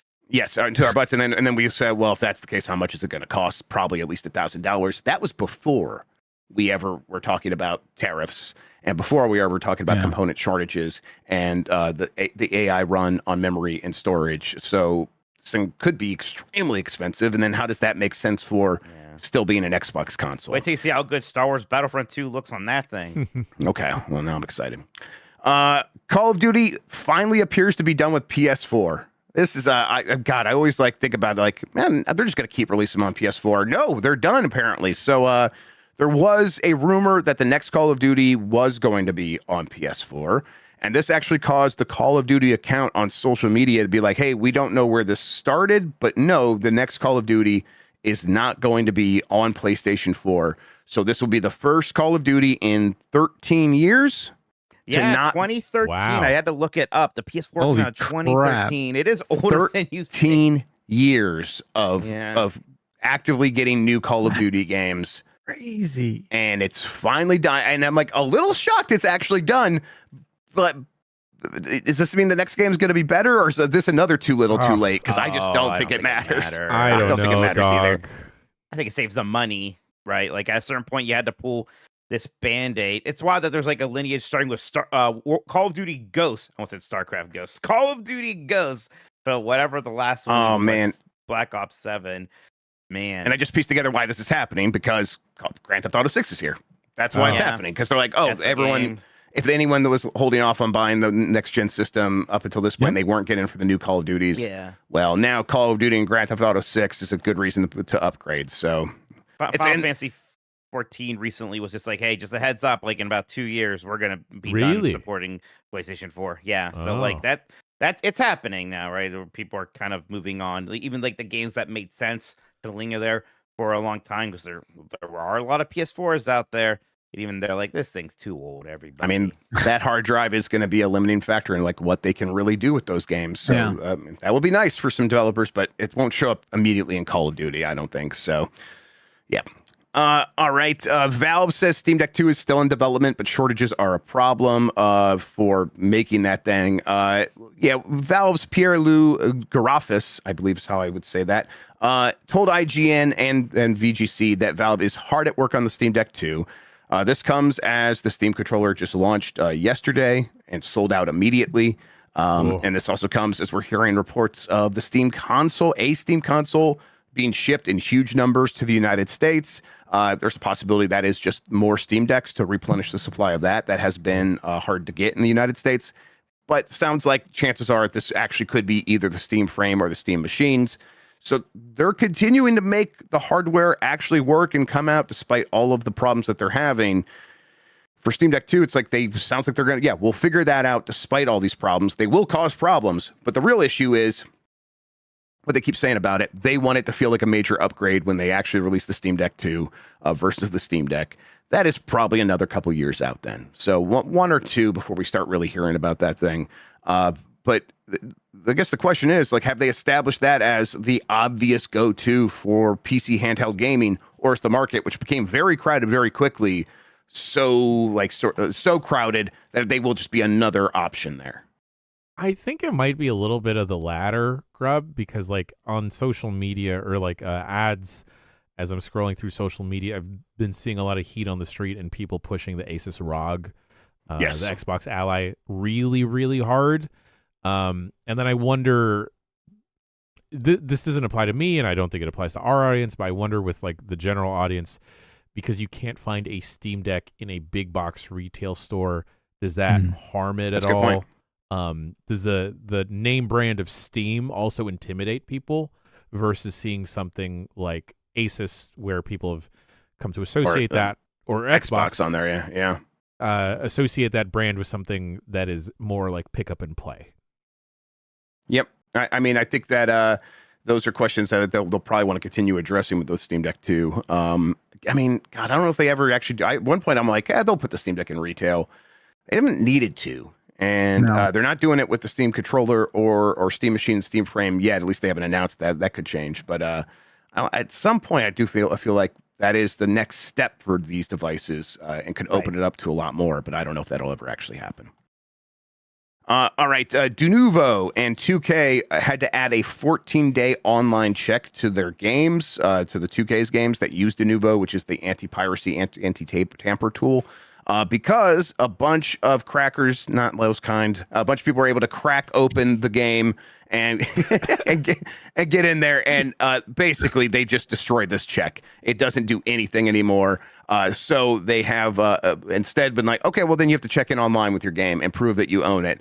And it's like Denuvo's next step here was just like, we'll just have the online check instead, which is, it feels very in your face of like, this is just obvious DRM now. It's not just hanging there in the background like Denuvo tried to do in the past. It was still very obvious to a lot of people. So this feels like a worst case scenario for everybody involved. This will just make Denuvo even worse and more annoying for people trying to play their games, especially if they're offline. And Denuvo having to be like, yeah, I mean, we can help you put an online check, which is something 2K could probably just do on their own, right? The reason you use Denuvo is so it works in all these different scenarios. This is, it's a arms race between pirates and security companies like this. It'll keep going back and forth, but it does seem like Denuvo's on its ass a little bit here right now, which a lot of people will probably be cheering about because it just makes gaming worse, especially for PC. Yeah, 100%. I wonder if the people sailing on the electronic high seas are extra inclined just because of how tight funds may be across the board for general gaming audiences. Yeah, life finds a way and all that, right? Like finds a way to play games, and that's going to the pressure to do that is increasing as people look to save money. Absolutely. Fortnite gets a huge Star Wars UGC / platform push. 3 Star Wars official experiences from Epic and Lucasfilm. I love official experiences. Official experiences are here. Galactic Siege, which is one that looks vaguely like Battlefront. Escape Vader, which is basically maybe it's a asymmetrical multiplayer, but like a Dead by Daylight type of deal. I think maybe, yeah. Yes, I think so. Weird. But where Vader's chasing people down and killing everyone, and it's scary or whatever.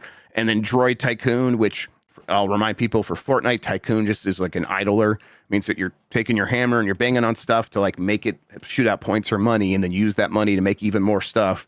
And you're going to do that in a droid shop. All those play very similar, but people like them. So they just kind of swap out droids with whatever was there before. Then there's a bunch of user-created islands that are going to use this Star Wars stuff as well. And I'm just not moved by any of it. I think it all looks pretty bland.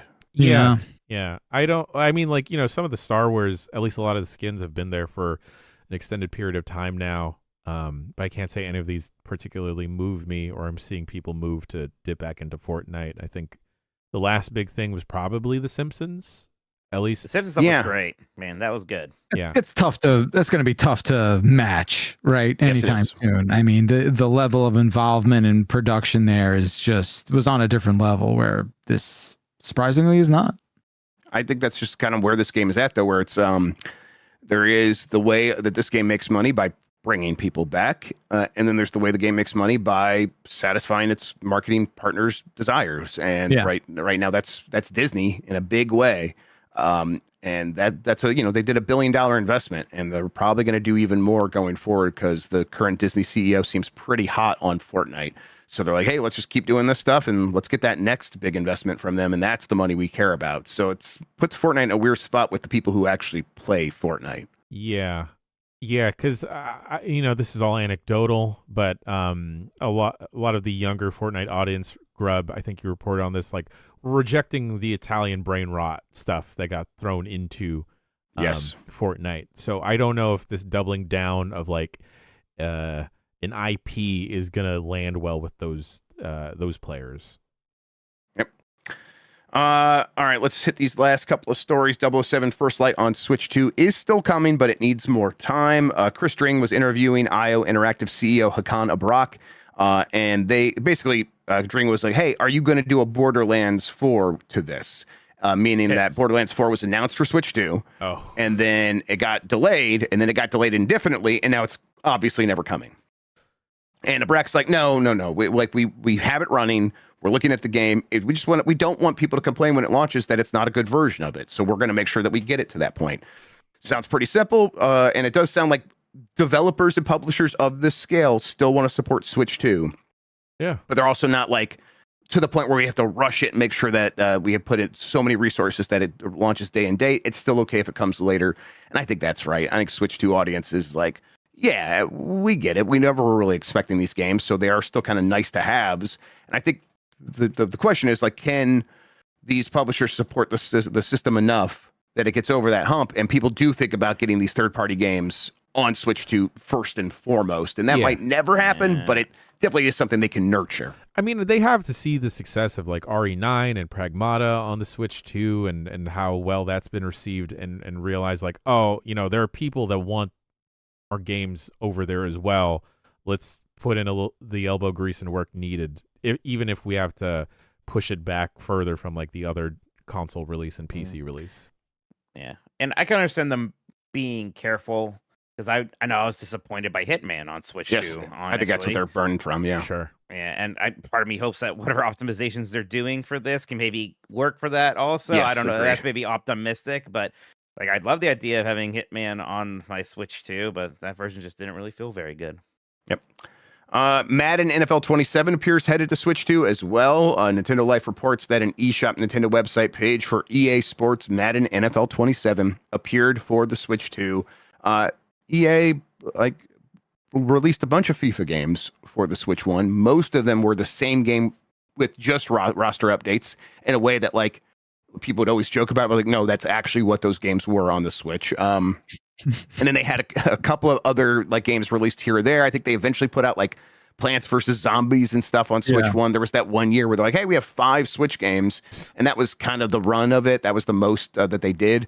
So there was always the question of, hey, is EA going to come back for Switch 2? And they kind of gestured at that idea early on. And the question was always Madden. Is Madden going to come to the Switch 2? And it seems like, yeah, that they are going to do that.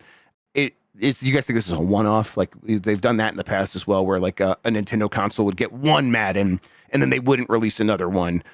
Is there like a certain threshold this game has to meet to ensure that EA is fully on board with the system going forward? I don't think. I mean, I just don't think the interest is there, even with Madden base on even my most normiest of video game friends are disenchanted. Like Madden is just not on their dumb ass football radar anymore. It's gambling is the first thing. So if they put a gambling game on Switch 2, I'm sure to it they would flock.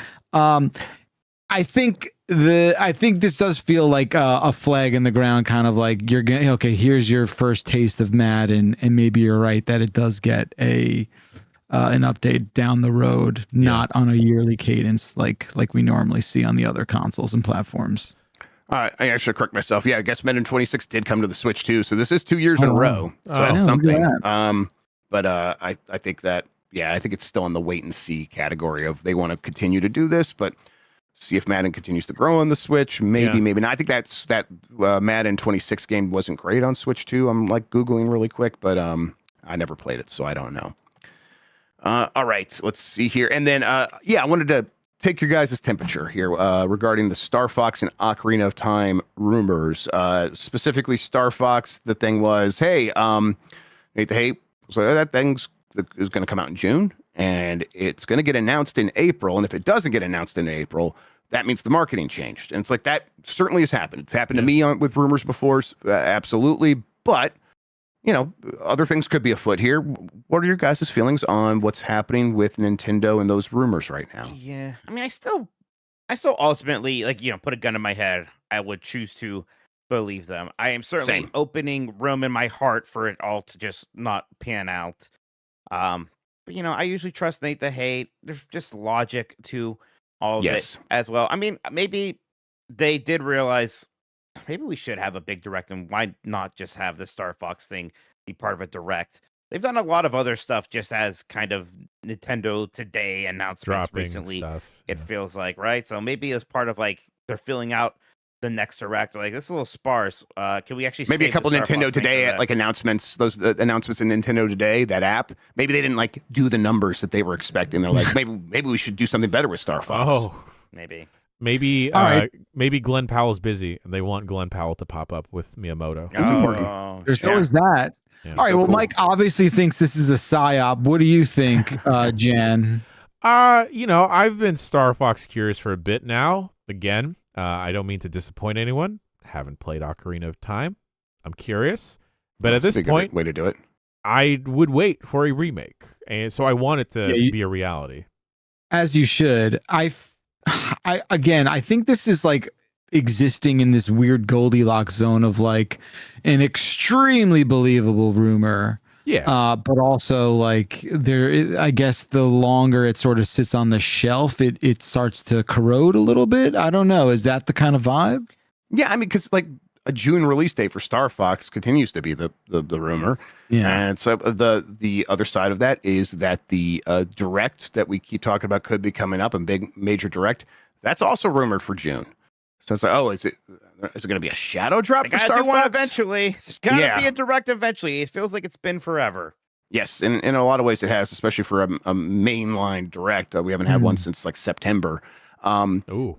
So yeah, I think the question is like, okay, if this Star Fox thing is coming that soon, then how are they going to announce it? And it's getting very close, and it just doesn't feel like something they would shadow drop. So we got to see something happening here. And is it going to get its own direct in May? I mean, who knows? Yeah. How close do y'all think the Mario movie is from leaving theaters? You can already rent it. It just went to streaming. Oh yeah. Oh no! Well, never mind. Because then I thought like, oh, more people will be able to see it at home, so they can see Star Fox is in the movie, and then that's when they would release any announcement with a new Star Fox game. But I guess if it's already out, I mean, it just happened, Jan. So maybe this week, right? Because of that, like you couldn't. It feels like that makes as much sense as anything else here. But they don't. They're not like they do shadow drop stuff. But not like this. Not like this, right? I mean, that doesn't mean, we always try to pattern match with Nintendo, right? Right, like, they've done this is the best, they haven't done that. And it's Nintendo, and they... The fool's errand, yeah. So they pull out the rug from underneath us, exactly. So, I mean, look, they do often follow a pattern. It's worth, mentioning, but it's they could change it up on us for no good reason. I think I got it now. It just hit me like a truck. PSYOP. No. Well, perhaps a little bit. Maybe there is some confusion at Nintendo HQ because they got the word to switch over and stop using the word calendars and start calling them Malos. Right. Okay. And now no one can find their Malos. Yeah. Malos confused. Right. Because then, we all write the date differently with calendars and in the U.S. versus other parts of the world. So who knows how we write a date down with a Malo? Right. Lo mein. The year goes in the middle. It's crazy. Lo mein, delicious. No one likes exactly. Chicken lo mein, the best.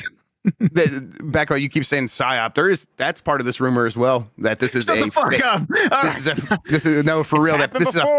This is a fake announcement. Before?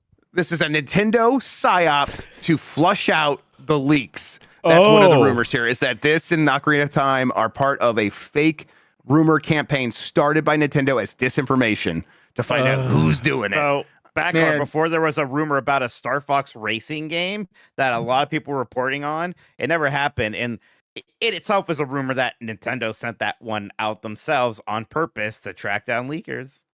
Yep. Fuck. That's fun. You trust them. Those Nintendo ninjas, joke. I tell you. They're real. I just hope it's real. I want both these games real bad. I really want. I think an Ocarina of Time remake would hit hard right now. Well, they have so many gaps in the release schedule for the rest of this year right now. There's we got Splatoon, we got Yoshi, we got Fire Emblem. Pokemon's not till next year. I don't know. There's just got to be a couple more games, and that's a couple more games right there. Go ahead, Jen. Shouts out to Slane in chat saying Ochoa Arena of Time. It's good. Okay. Yeah, I like it. Dan, I can't have you being one of these people who plays Ocarina of Time and is like, I don't get it. I don't know. I just wouldn't be able to handle it. Well, that's the thing. I feel the GTA 6 pressure where there's two wolves inside of me that are fighting. That's like, no, you have to like this, and then other people are like, that's okay. I like it. I think you'll like it. Yes. All right. Well, we'll see what happens. I mean, look, by June they're going to do something with a direct. And if neither of those games are there, then I will truly no longer believe. If by the time we have a direct, we don't hear about these things, then it's over. It's so Jover. It's Jover. All right, that does it for the news, the headlines. Jan, back over to you. Folks at home, we're going to take a quick Ricky break, and we'll be back with emails right after this.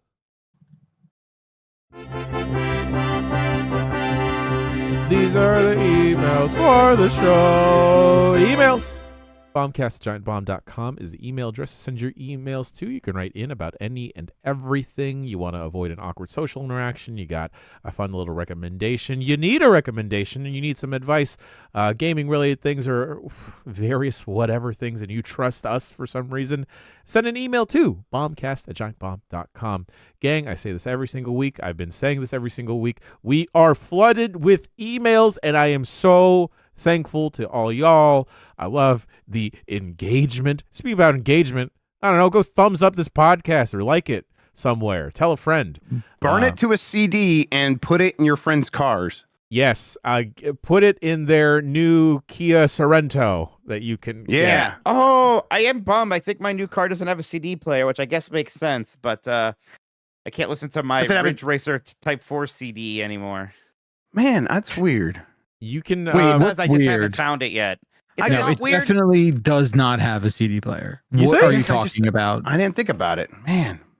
Wow. What do you mean, you guys? Well, my van has a DVD player, so I'm very used to just putting stuff in there. But it's always been DVDs. So okay, I guess that makes a little bit more sense, right? I mean, the van with the TV in the back and stuff like that. Right, of course, yeah. But Mikey, I know it has Mikey, and I know the Ridge Racer Type 4 soundtrack's just on the music things like there. But I kind of like it was always my backup. If for some reason my phone wasn't syncing or I didn't want to get it connected or the radio's bad, I would just put on the Ridge Racer CD. And then Christmas time, I'd swap that over to the John Denver and the Muppets CD. I had 2 CDs I listened to. Oh, that's a fun one. That's a good one. That's good. I'm not watching the DVDs while I drive. I can't. It won't let me. You can't. All right. You have to put on the parking brake for it to turn on. He's too busy playing Marvel Snap anyways. Mikey, I think I might outsource you to be like my dad's son. Like, I think I might have to I would hire him to do that. I was not surprised it didn't have a CD player. Jeff was the one who was surprised. I'm surprised. I never thought about it. That's all. Obviously, people are like, since 2018, I just never thought about it. I'm just gonna need you guys to talk about like writing checks and stuff. I don't know. All right, we got a bunch of emails. Right. First one comes from Caleb from London, and the Giant Bomb influence knows no bounds. Dear Giant Bomb, last week was the London Marathon, which was won by Kenya's Sebastian Saw, becoming the first ever runner to go under 2 hours. Jesus Christ. Shit. And amazing. As my apartment is along the route, I walked outside to see the aftermath before the cleanup crew came. There wasn't a huge amount of litter, but much to my surprise, I saw a significant number of buzzballs. Having listened to Giant Bomb, I've known about buzzballs for a while, but in the UK, I thought they were more of a niche product.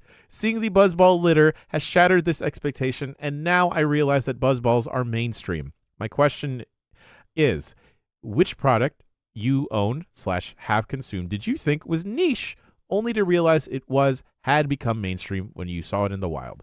Keep up the amazing work, Caleb from London. Well, that's an interesting It's question. a good question. Yeah. Carhartt. Man, I was gonna make the same joke. Yeah, I was like, that's the only thing that come to mind is Mike learning about Carhartt. Now seeing it everywhere. After your Carhartt epiphany, you see it now everywhere, right? Actually, no. It's just I was in a Love's. I'll point it out to him. I'll find I bet maybe their like trucker section will have some Carhartt stuff, and I'll take a picture by one and post it for laughs. But they didn't have any. Guarantee that you walked past right by it, like at least I'm gonna say 100 people wearing some form of Carhartt when you were at that basketball game. You've walked past me several times wearing Carhartt. Yeah. Everyone knows. You look like a plumber. Yes. Sure. Yes. Those overalls. Those were all Carhartt overalls. Your plumber overalls. Yeah, are Carhartt. Yeah. I like when you look like a plumber. It's cute. Thanks. Chance got Carhartt at arm's reach in any moment. I do actually. It's not a joke. Yeah. Okay. Yeah. I don't know. Maybe like chip brands, I guess. Then they blow up. Like I liked Cape Cod, and I thought that wasn't a big brand, and then it became a big brand of chips. Mm-hmm. OG Cape Cod. Yeah. God, there's always like I don't know. There's like sauces. Like there was like a Cleveland only cast iron pans saw it too. Around here, Bertzman. Yeah, I saw the that Bachman's whatever that Japanese barbecue sauce is showing up in more normal stores, and that's nice. Good for your stir fries, things like that. If you want it a little bit sweeter. Okay. Make the garlic version. That's real good. You get that garlic one. Oh shit. I think it's more like bands and movies. I feel like. Oh yeah. I definitely am having I liked them before they were cool right now with that Momo Boyd who's on that. She was on some song recently, but I'm like, oh yeah, now I'm seeing her everywhere. And it's like, oh hell yeah, I get to do the thing. Hey, I liked her before she was cool. Yeah, you kind of have to do that sort of like flexy, thought experiment to discover the ones. I don't know. Nothing's. I feel like that band Ghost. Oh my god, that band Ghost went from like 0 to 60 in 14 seconds. Right. And I feel like I had no idea what was going on and then I realized like, oh, something happened on TikTok and they're now one of the biggest bands in the world. I feel like Go ahead, Grub. No, you. There's a couple of like video game moments. Someone like the Animal Crossing thing, or like when Pokemon Go was everywhere. It's like that was always huge. But now the neighbors that are just always drinking on their back porch, I met them on a walk and they were playing Pokemon Go. Still. Well, I mean, this was back in the day, but no, they played for a long time. And then like recently, like Tomodachi Life is having that right now. I'm like, only I know about Tomodachi Life. I'm like, no, that's everyone knows about that game. That's huge. So it happens with video games every once in a while. Hell yeah. Mm-hmm. That happened with like Pokemon in general. It was like I knew about it because of magazines and stuff. So I remember like calling Walmart. That's because they had Pokemon cards. They had no idea what I was talking about.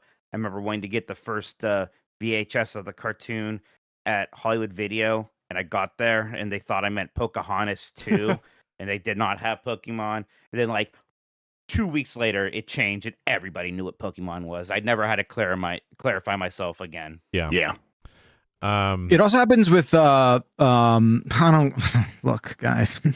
Oh no. Whatever. I'm just gonna say it. I don't go around blowing and tooting my own horn, but I came up with flex. I was the first one to say it that way. I said it on a podcast in 2007, and I was like, weird flex, but okay. I said it. I was the first. Flex is your Malo? Yep, I was the first person to say you, it. Mike Minotti. Jesus Christ. I hate this show. Next email comes from Money. I'm so mad that you just torpedoed my very true thing that I am absolutely positive about. So wait, so that's like you're positive? Like how sure? Like put a number on it. Like 100%. You know that you're the one that originated that. There's obviously no way to know that. Because people have done it. Like people have gone back and like been like, no, Vinny really did start the Dark Souls of X. This is the Dark Souls of X. Like he was the first one to say that or whatever. Here's the impossible task that awaits you. I'm pretty sure. So I'm not even joking. I said it definitely very early. Whether or not I was the first one to coin it is unknown. Sure, it was during the 404 days in the before 2010s. So I don't know how the fuck you go and find that. Yeah, I don't know what you do there. I'm going to listen to the 404 podcast from the beginning. Good luck, buddy. It was daily for that's years, a terrible right? idea. Actually, I'm going to find out how many problematic things in Baccalaureate say. You had to say recipe one worst thing you said in those 2000 episodes. I'm going to show my son Jaws. I'm positive. He had black eyed peas on it, and he told him to use that word. It was his idea. So but here's the kicker. I meant it actually muscle flexing, and I was the first person. No, I don't know. There's no way to tell. I know I did this. You're saying you're the first one to be like, oh, what a flex. Yes. Well, Jeff was a big proponent into Kegels and stuff like that. Exactly right. Is that about refrigerators? No, I don't remember what I was talking about. Someone That's the told joke, me. Right? So yes, great job. Good job, Mike. Yeah, that or the kickstand on the Switch. You get pity points for that. You put your name on the fucking test. Mazel tov. I'm trying to think, because somebody said this to me later on because I had forgotten about it. So that's what I'm going off of. Could be hearsay. I'm gonna stick with it. It's also a dumb, meaningless thing. So who fucking cares? But there you go, emailer. Thank you. I'm impressed. Well, you know, this is so mean in chat, but it's funny to me. Mr. XAK Rebel says, it's sad that he actually believes this. And it's like, you can tell Backlar like obviously, you don't know me at all. Yeah, but it's like no. Oh man, that's very funny to say. You don't know me. You don't fucking know me. Everyone, just mark your Malos, all right? Mark your Malos. Mark your Malos 5 years from now when everyone's saying Malo and Flex, and you'll know You guys where are it came from. so chat. You're so fucking dumb. Oh my god. Grubb, Are make you up a fucking word. kidding me? Make up a word or a saying. It's gonna be great now. I did. When PUBG came out, I was definitely like, I want to coin some stuff. And I was attachments for guns. I called them Tachies, and I tried to get that going. And then someone else said Tachos, and I was like, shit, Tachos is way better. But I said I had to stick with Tachies. And then years later, I was watching Will Smith play, and they were still calling it Tachies. And then they gave me credit for it, and I was like, oh, that's nice. Has Proggies broken containment yet? Not No. yet. We're working on it. I've though. tried, Mikey. I'm trying my darndest. No one cares. We have to keep doing it though, because Dan doesn't like it. So we have to keep. Oh, good. Then by all Yeah. means, it has Yeah. been green lit to the moon. Let's How do you guys feel about calling something Flex those launch look? Proggies. How do you? Oh, it's a terrible name. I love it. I fucking Yeah. love it. Okay. All right. My I'm position. so in on it now. My position is whatever Mike wants. Same. Wow. Sounds just like my dad. Whatever Mikey wants. I'll take that hybrid. Thank you.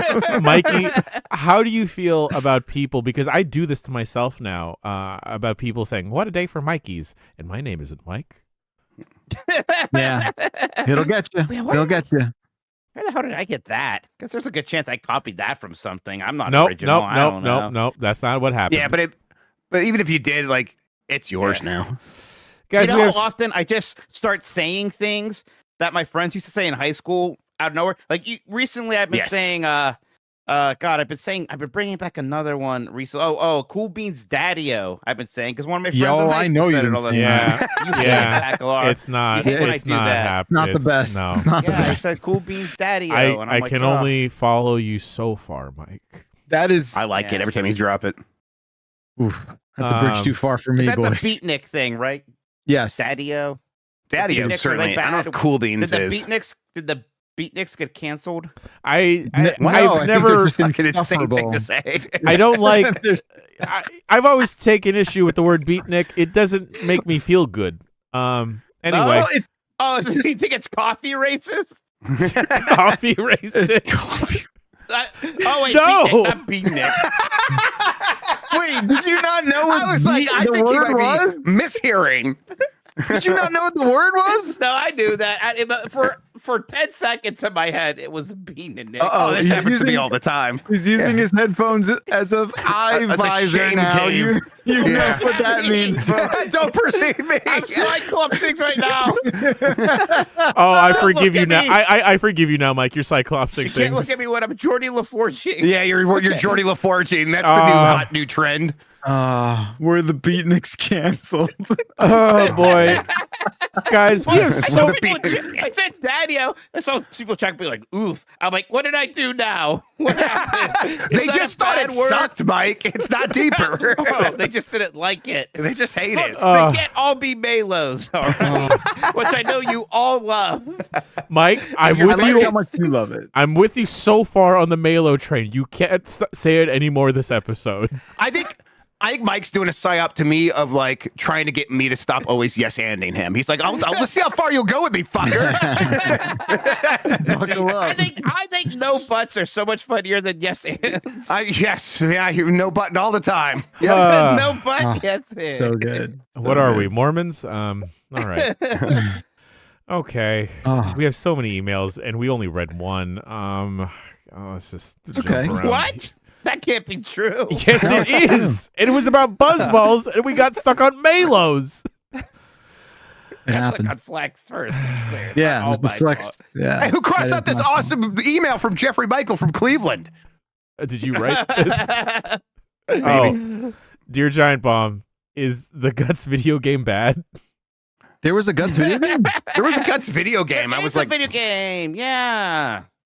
Is Mo in it? Guts. Is it Super Oh, sure. Nintendo? It can't be good. No. It can't be good, right? But how it bad? can't be good. SNES Was- Drunk did a video on it. Let's see. Was there any video game that had a Nickelodeon logo on it that was good? There's No. like a couple like of those of the cartoons that are like okay-ish. I mean, I don't Like know. a 'cause, like, Rugrats game or they something? always disappointed me. Rugrats didn't really have a game till PS1, oddly. The Ren and Stimpy games Not very good. Rocco's Modern Life Right. game was like one of those you have to follow the dog around and protect him. It's a Lemmings like, but with just one of them. Yeah, but that Doug extraction shooter, fuck man, Hell yeah. Right? Man. The Oreo Monsters romance novel. Of course. God, the pork chop build goes crazy.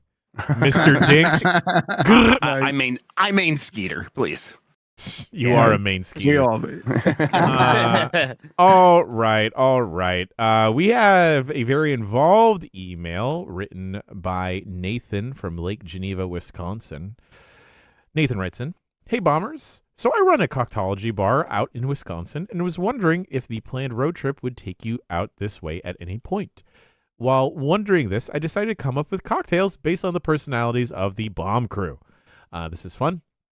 Jerf, I know how much you like a dirty martini, so I came up with a savory cocktail that also represents Jersey. Okay. Sofrito fat-washed vodka. Charred... Fat-washed. Charred red bell pepper acid. Chinar artichoke amaro. Basil tincture. Saline solution. Holy shit.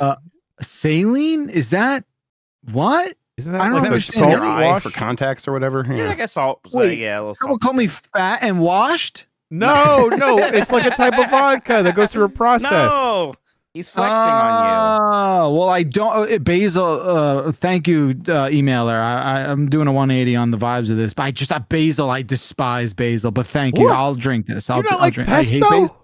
I think No, he's dude, you're I'm like one of those weirdos, cilantro yeah. guys, right? Yeah. No cilantro, no celery, no basil. you. I'm with you, cilantro and celery, but I think my Italian genes protect me from basil. I Yeah. like basil. Right. Dan, I feel like you'd really love tiki-style cocktails, so I came up with a riff on a daiquiri using ingredients I think would surprise and delight.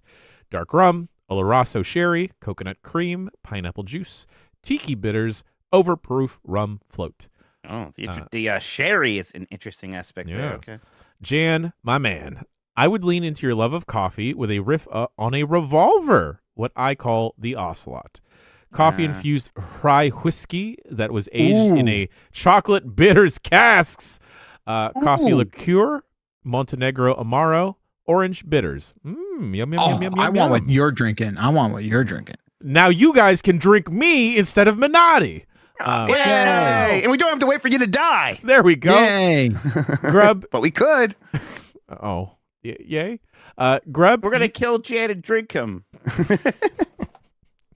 You don't talk about cocktails much, so I'm not sure which way to lean in other than avoiding Italian flavors. So I think a breakfast-themed cocktail old-fashioned for you. Bacon fat-washed wild turkey 101, maple syrup, brown butter tincture, cherry bark vanilla bitters. That sounds like something I would never ever order. But it's just like candy. I definitely like a simple and bitter. Is usually my my coffee order is just is a triple espresso these days. Like I just want very very simple. But I mean I would try it. But yeah, that's a bit much. And last but certainly not least, and Mikey, last but certainly not least, parentheses backlar. What? I don't know. I came up with a cocktail that, despite what anyone else says, might be an acquired taste. Haku vodka, Aperol, guava oleo, lemon juice, aquafaba foam. I call it Haku na Matata. Pause for spontaneous singing from Mikey. You don't control me. Much love, gang. Nathan from Lake Geneva, Wisconsin. P.S. Fun fact, I once bought a round for Patrick Klepek and his wife shortly after they had their first child when they popped into a bar I worked at way back when. It's cool. That's fine. Hell yeah. What's aquafaba foam? Bean foam. Bean foam? Yeah. Yours sounds fun too, Mikey. I would drink that shit. Maybe a little too fun. It's like two It's things. it's the guava that throws you off, isn't it? It is the guava. Aperol's fine. You put any of this shit in a tiki mug and I'll be fine. I mean, look, I appreciate the Italian Aperol in there for sure. That's a good. Yeah, I put a tiki mug. That's true. I had a cocktail the other week. this guy's using a lot of fun bitters, and I like that. It had tobacco bitters in it, and it was actually That's really cool. good. Yeah. It was it was an interesting flavor in that. Similar to tannins, where you get that smoky flavor. I let 'em mellow. Tannin. All right. All right. We got a bunch of emails once again. Thank you so much for writing in, everybody.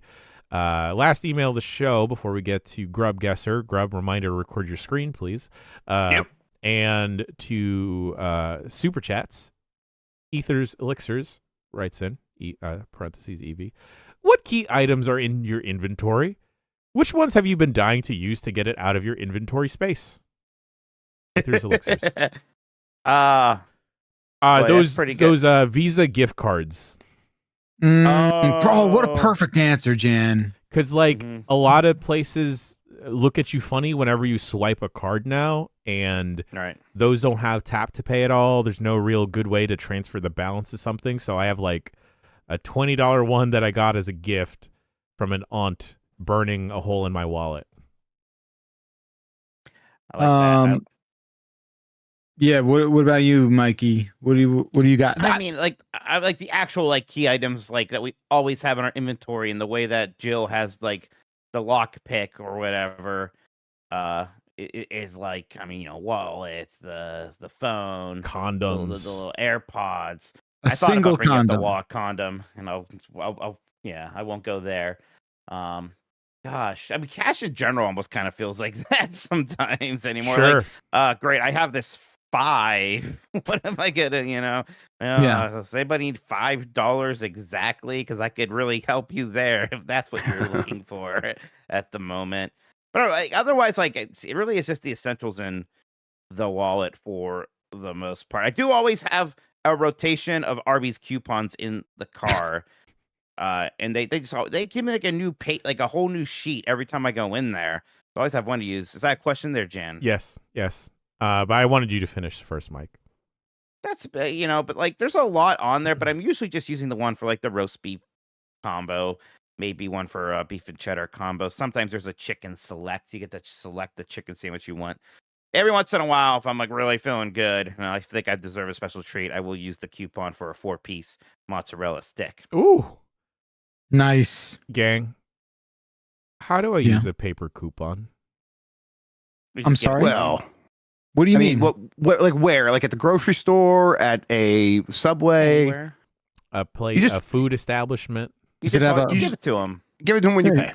Do I tell them at first I have a coupon? I would just be like, hey, I brought a coupon. And then watch them quickly judge whether or not you're still going to tip at the amount that it would be without the coupon. Okay. And then they'll walk away, and you got to do that. You got to tip at the original amount. I've always been too scared to ask.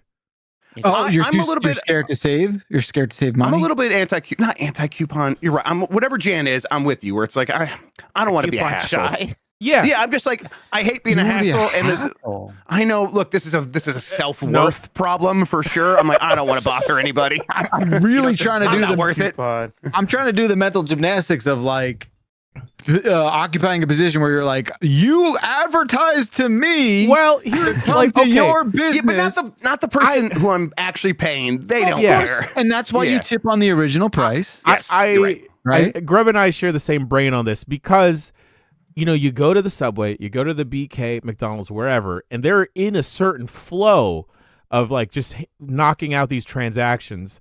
And how often do they handle a paper coupon that you present that to them and they're like, oh fuck, how do I enter in this coupon to this POS? And then I'll feel bad. You guys are unlocking a new level of psychosis that I know. No, these are problems that we need to deal with. We won't. No, this is why. No one will be like, "Oh, Jan's weird, Grubb's weird." It's like Mike says he goes to Arby's. No, I think frequently we've said. I think both me and Jan have said that we are secretly the weirdest ones, and we keep getting away with it. 100%. True. You got it all wrong. It's because of Grubb's boyish charm and my manic pixie energy. No. No, you guys. No, look. Let's talk through this just for a second here, okay? It's okay. I can't do it. I can't do it. Okay to bring look, especially if it's got like a barcode on it. That's easy peasy. They just scan that shit and you're moving on with it. And again, the person working who's accepting the coupon is more than happy to do this for you. They already look so sad though, Bacalar. Wait, okay, give me an example. Can you give me an example? You're not making their job worse. I go to the Taco Bell and then like I have a coupon for a free taco and then I already said no that I'm not using the mobile app. I'm like, fuck, should I use the mobile app? You think they're gonna cry themselves to sleep over it? What do you mean? This is a minimal. You didn't send something back. You didn't give them an impossible order. All you're doing is like, I've got coupon worth money. That's it. I mean, Please? listen, I know you're right. And yet my brain's just like, don't be a bother. It's not a bother. I know it's not, but I can't get my brain to stop being a piece of shit about this stuff to myself. This weekend, it was a Daddy Dylan weekend. Stacy was away. We go out for dinner, a nice dinner. It's like the first we're kind of like the boys' night out a little bit, right? Ooh, nice okay. dinner. It was like, we're gonna did one of steaks. Got him steak. He got sloppy steaks. He goes, Dad, we cannot pour water. This place is too nice for sloppy steaks. Gentlemen, please, no sloppy steaks. And we're finishing up, and I let him splurge, let him have a soda, even though I don't like him drinking soda. He had a soda. Oh yeah, sugar. Yeah, it was a Coca-Cola raw Marlboro Reds of sodas. Marble. The Marlboro Reds of sodas. So we get the check, and the waitress goes, "Oh, I forgot to put his Coke on there," and I'm like, "Don't worry, I won't tell anyone." Right? and I think she laughed, but I think she meant to say like, "You better fucking tip me like I did." And I think that's what she meant. Yes. Now, how much could a Coke be? $15? Extra 20 cents for the Coke That's tip. what I'm saying, right? So like, I kind of just didn't, do the whole thing there. But that's just like a knee-jerk reaction, right? Like, look, you're saving money, but that doesn't mean I'm getting less money, which, of course, Yeah. And I said to myself, don't worry, I always tip on top of taxes, which is the way you're not supposed to do it, right? But I do too. But you're so generous. Yeah, well, that's what they call me. I'm flexing left and right. Yeah, I Jeffress. invented it. I Jeffress got is sick what we with my call dad you. too. Yeah, I got sick with my dad, and my steak came out, and I thought it looked a lot like Ohio, and I was so excited. Like the server put down, I was like, I turned it, looked like, look at this. And I realized why it seemed like I was upset, but I was like, doesn't this look like Ohio? And she was like, Wait, what? You had meat that was shaped like Ohio? It was shaped like Ohio. I took a picture of this. That kind of tracks. Like Ohio is a meat ass looking It's state. meat shaped already. It's a meat ass state right there. Meat shaped state. Yeah. I don't know. It was really good though. It had a brandy au pois sauce. Au Was it a fillet? I feel like Ohio was a fillet. It was a fillet. So the medallion got kind of smushed around a bit and kind of. Looked, before we get to Grubb Guesser, chat right now. Y'all fuck with chops? Y'all fuck with lamb chops at all? Hell yeah, dude. No, I'm not a lamb guy. I did in the past. I've not had it in a minute though. Lamb? Hell yeah. What about some Oysters Rockefeller? If the whole table's getting them, I'll do it. I don't seek them out myself. Okay. Oh man. But I'll indulge for sure. Had some lamb chops. Split a plate. I'm like, ooh. Underwear. Where'd you go? I skittered off to do some wine tasting on Sunday. Ooh, you fancy lad. Yeah. It turns out. What does that look like? Sorry, Jan. Go. Oh no. Last thing I was gonna say is, turns out you can have too much wine sometimes. No. Oh my God, wine is the weed of alcohol. That looks like Ohio. Yeah, wine. The problem with wine, Jan, it's so sugary too that you get like a double hangover from like a sugar overload and the alcohol. So I feel like I get profiled all the time, and not in the ways that I normally get profiled, but these wine taster people racially. Yeah, you get, because they're like, oh, you're gonna turn all red. Is that what they say? Is that what they say, Jan? That you're gonna turn red? No, I only turn red from Mike Minotti's jokes. Yeah. You forgot to say the thing out loud. Yeah, he helped you out there. That was a there's tag team. there's no such thing as subtext with Mikey. Where they'll be like, "You look like a dry type of guy. You want the driest type of wine. You don't want any sweet. I feel some bitterness in you." I'm like, "Oh, What? Okay, cool, thanks, great, lovely." Anyway, that does it for emails. Bombcast@giantbomb.com is the email. Just send your emails to. Just to be clear, well, I'm sorry. One more thing. When Dylan got his fillet, the waitress said, "How would you like to cook?" And without skipping a beat, he said, "Medium, please." Oh, how Just for, strange. just for the class to know. It's just more of a man than Dan Reicher will ever be. Like I was already. thinking Ben Hansen, but yeah. Oh well, yeah, man. The two of them put together. It's a catch-all. It's a catch-all. Yeah. It's a catch-all. Jesus Christ. It's we're done with emails, so you know what time it is. Jeff Grubb, what time is it? Welcome to Grubb Guesser. This is the podcast within the podcast where I take an old video game or video game related magazine ad and I show it to you mostly out of context, and I ask you guys to guess what it is, what the product it's actually advertising. I have two for you today because, again, I think this first one could be pretty easy, but who knows? It's always hard to judge these things. So for audio listeners, it is the copy here is "Get Shafted for the Last Time," and there's like a lightning globe for the O in 4, like for the last time. And then the background is a shaft. What game is this advertising? Oh, I think it's Descent. Descent? It's Descent! Wow! Wow! Hole in one, baby! Mikey. Hole in one, straight down the shaft. That's Mike Minotti. I recognize the orb. I recognize that Descent orb. I was wondering if the orb would just give it away. Yeah, so I'm glad you got that one pretty quickly because this other one is kind of dumb in what we got here. Let me just get this ready. Wait, for you what guys. is Descent?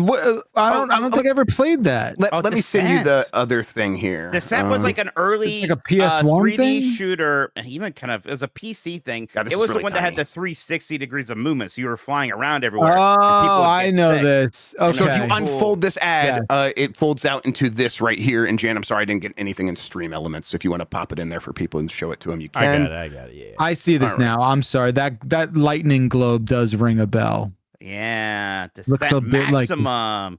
The Dave Matthews Band logo is like in there a little bit too for some reason. I don't know why. All right, Take the I final have plunge at one full more. throttle. All right, Interplay. Get shafted. Very nice. All right, here is. Is that Big same silence. freaking thing, dude? So, okay, for audio listeners, the fisheye lens is back. It's pointing at another just random adolescent white kid.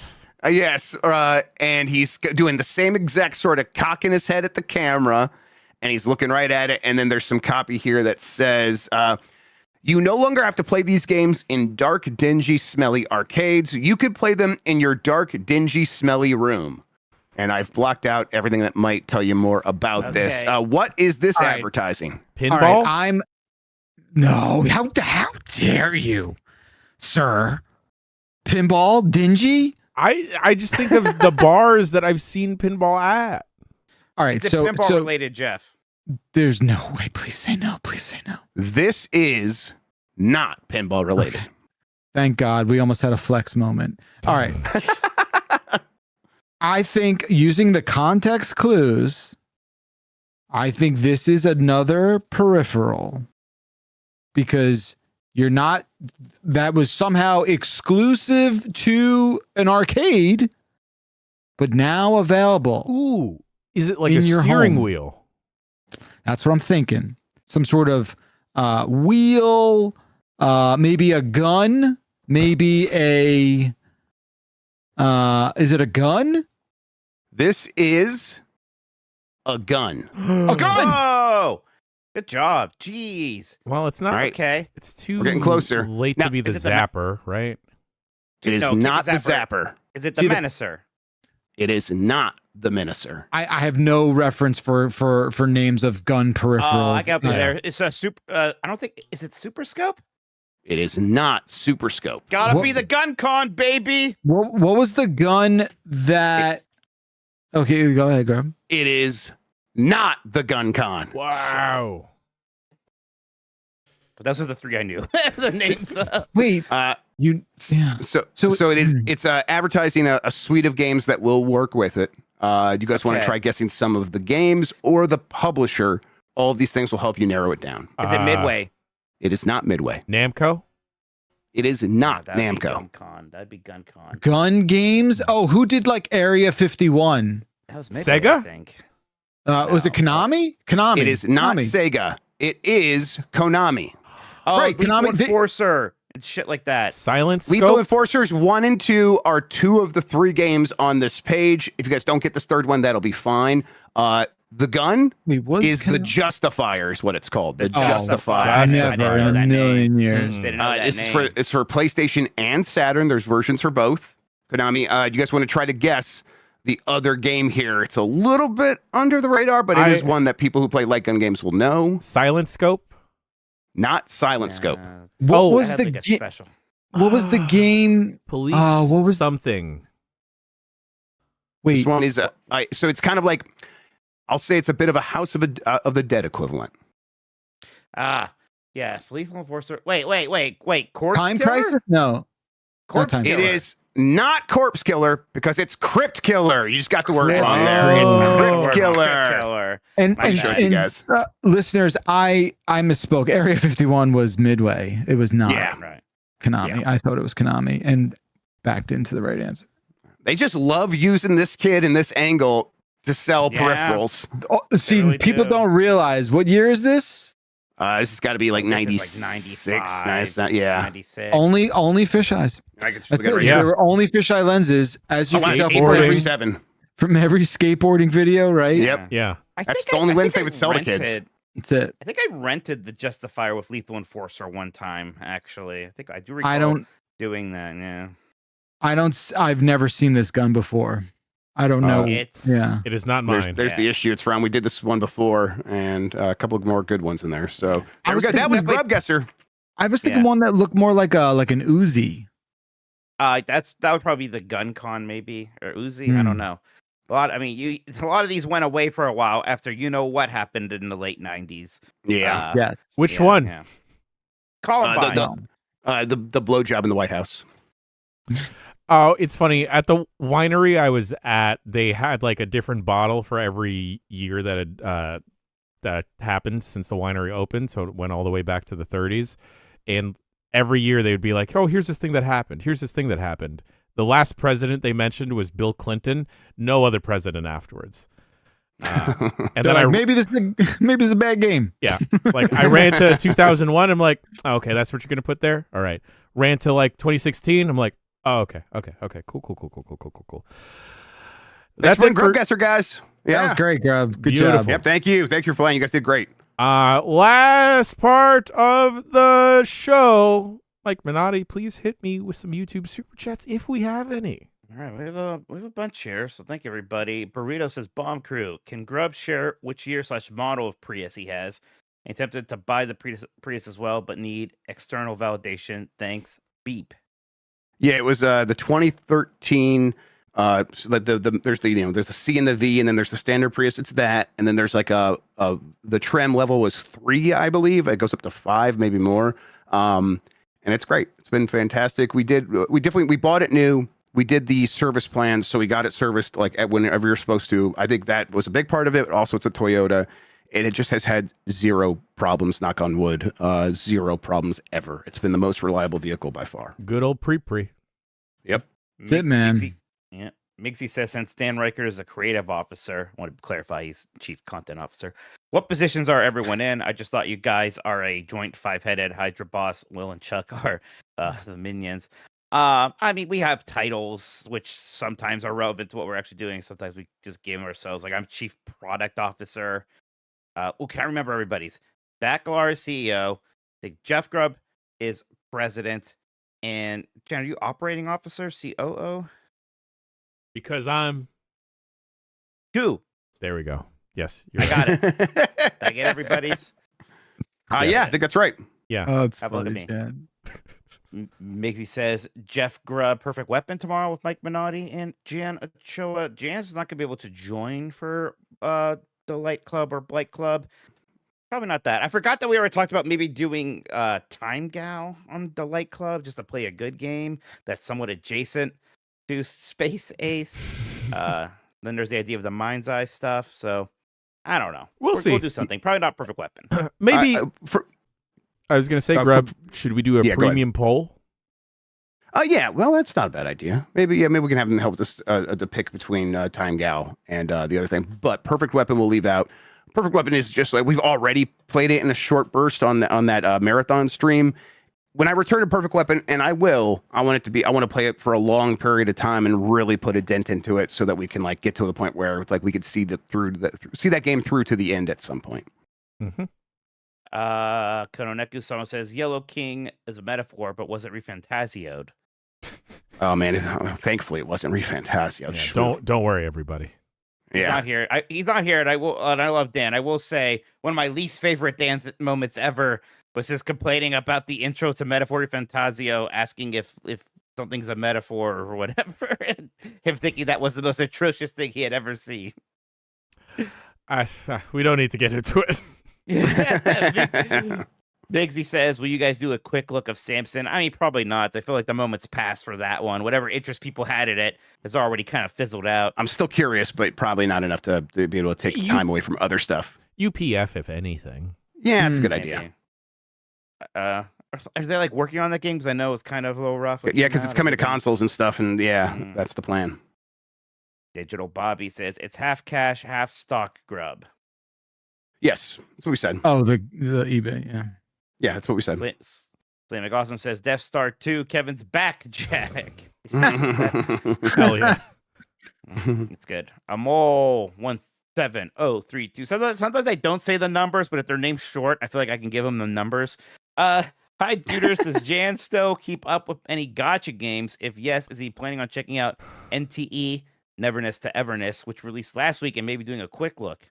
Despite everyone thinking that I have a gambling problem, they're right, but I have to, wean myself off, and I cannot. I purposely do not let myself participate in too many gacha games. Mixie says, Mike Minotti, how was Jeff Grubb before he became family friendly? Oh, he was already pretty chill by the time I met him. I think I missed out on your scumbag era, right, Grubb? Oh yeah, for sure. Yes, 100%. Like that. Like I'm 42. The scumbag era was a long time ago, guys. Yeah. Yeah. Big Fresh 37 says, don't know if you guys. I'm 43. I'm sorry, I got my age wrong. Yeah, I got my age wrong. Oh fuck, that sucks. 44 is in chat. 44 is in chat. Your birthday again. That's bad. That's bad. Big Fresh says, don't know if you guys check in on Xbox full screen experience, but it's had big updates recently. After my initial setup, I haven't needed to go back to desktop in weeks. Cool. I haven't checked that out. I'm not. I haven't really used anything but my Switch 2 for portable gaming in a long time. I gotta boot that thing back up again. Okay, good to know. Kane Bus says, Jan, have you played the Pokemon ROM hack called Unbound? If not, I cannot recommend it enough. Great fan-made game for Pokemon lovers. A lot of people have brought this up, especially during Pokemon Monday Night Combat, to check out one of these Pokemon ROMs. And a lot of them have been streamlined, and there's a lot of love and a lot of work put into them. Just very intimidating to get into and select which one. Also, I've been wanting to make the crew go on a Nuzlocke run for the longest time, but time is just such an issue. I would love to do a whole like challenge run series. I think when that'd be great. Talk about Nuzlocke too. I think like Kind of Funny was doing one, and not that we can't do something Kind of Funny. They were like doing a really cool one. They were like freaking hacking themselves into the game. Yeah, Andy was doing some original art. I was like, I don't know how we compete with this. But I would like to do a gritty, down to earth giant bomb style Nuzlocke run sometime, right? You know what I mean? It'd be a fun premium thing to do. Maybe we do kind of like Sean and I coaching someone piloting, and then we can figure it out. Yeah. And Mike, thank you for keeping the disdain out of your voice when talking about fan ROMs. Appreciate that. I want you to know that when I was having trouble with KOTOR 2, I immediately blamed the couple of mods I had installed. Of course. Yeah, I get it. It turns out it was just the game. It was not the mod. Zombie Porn says, did Jan talk about Gamble with your friends? No, but that's another UPF game to possibly play. Good idea. Yeah. And Cube says, "What's a better third-person shooter to get right now? Saros or Pragmata?" Pragmata for me. Pragmata. Yeah, I definitely was, as I was playing Saros, at a certain point was like, man, I wish I could go play Pragmata instead. Yeah, you haven't really been able to play a ton of it since you started because you've been because of Saros. Yeah, so now that I'm done with that, I mean, I got other games like I could say I'm playing Forza Horizon 6 now, which is great. But I'm going to make time to finish Pragmata here in the next week or so. What Pragmata? Every time I see a bunch of Waymos lined up together, the Diana's hacking grid pops up in my head. Nice. And they open. Yeah. You have to shoot their weak points. Josh Valentini says, "Hey, duders, can't stay long. Just wanted to say I went on a date yesterday and went great. Love you all." Happy to hear Nice. that, Josh. That's awesome. Hell yeah. Love to hear that. Glad. Kitty Don't Catman says, don't "Super introduce them to us yet. All right. No, No. not yet. Yeah. They haven't Not earned it. Date so- 4. Yeah. So, yeah, that is a date 4 move. Kitty Catman says, "Super excited about the Beta Hat partnership. Now's my chance to make a difference and speak out against the scourge of Metroidvanias and roguelikes." Oh no. Never mind. Cancel that Don't do person's that. account. That's a psyop. A brown spot says, "Fun fact, he started watching Giant Bomb from Independence Day on. Grubb has only really been bladed once and he liked it. There's Trespasser and Grubb Coals." Yeah. Oh man. Grubb's face says it all. He's just been found out. Oh yeah. There was a time. There was a time where I was definitely being mistreated on that show. It has changed so much that I'm like, Wow. oh, that's just like the way the dice was rolling, and obviously I'm rolling all 6s right now, so or whatever the fuck the good roll is. I think it's funny Yeah. because I think everyone finally felt remorse for subjecting you to the games you played, Grubb. That's like, oh, let's give Grubb something fun. But I don't think the same grace is going to be given to Dan even after Space Ace. No, this is what he's earned for sure. Yes, it would only be like like me and Mike do not have that desire to always escalate, and so we're just going to try to go back to normal. And Dan does seem like in this moment he's learned his lesson. We'll see how long that lasts. Right. Like, I do wonder if the next time I say, "Dad, if you don't start behaving, I'm going to pull a ripcord," if that like means Does it more actually to do him anything? this time. I will be very curious. Wow. JD Kip says, "Can Bacalar snack review Wonder Bread?" Pretty good snack. It's fucked up. Pretty sorry. insulted Bacalar. Oh, wait, what? Wonder Bread? They want to just Snackler for Wonder Bread.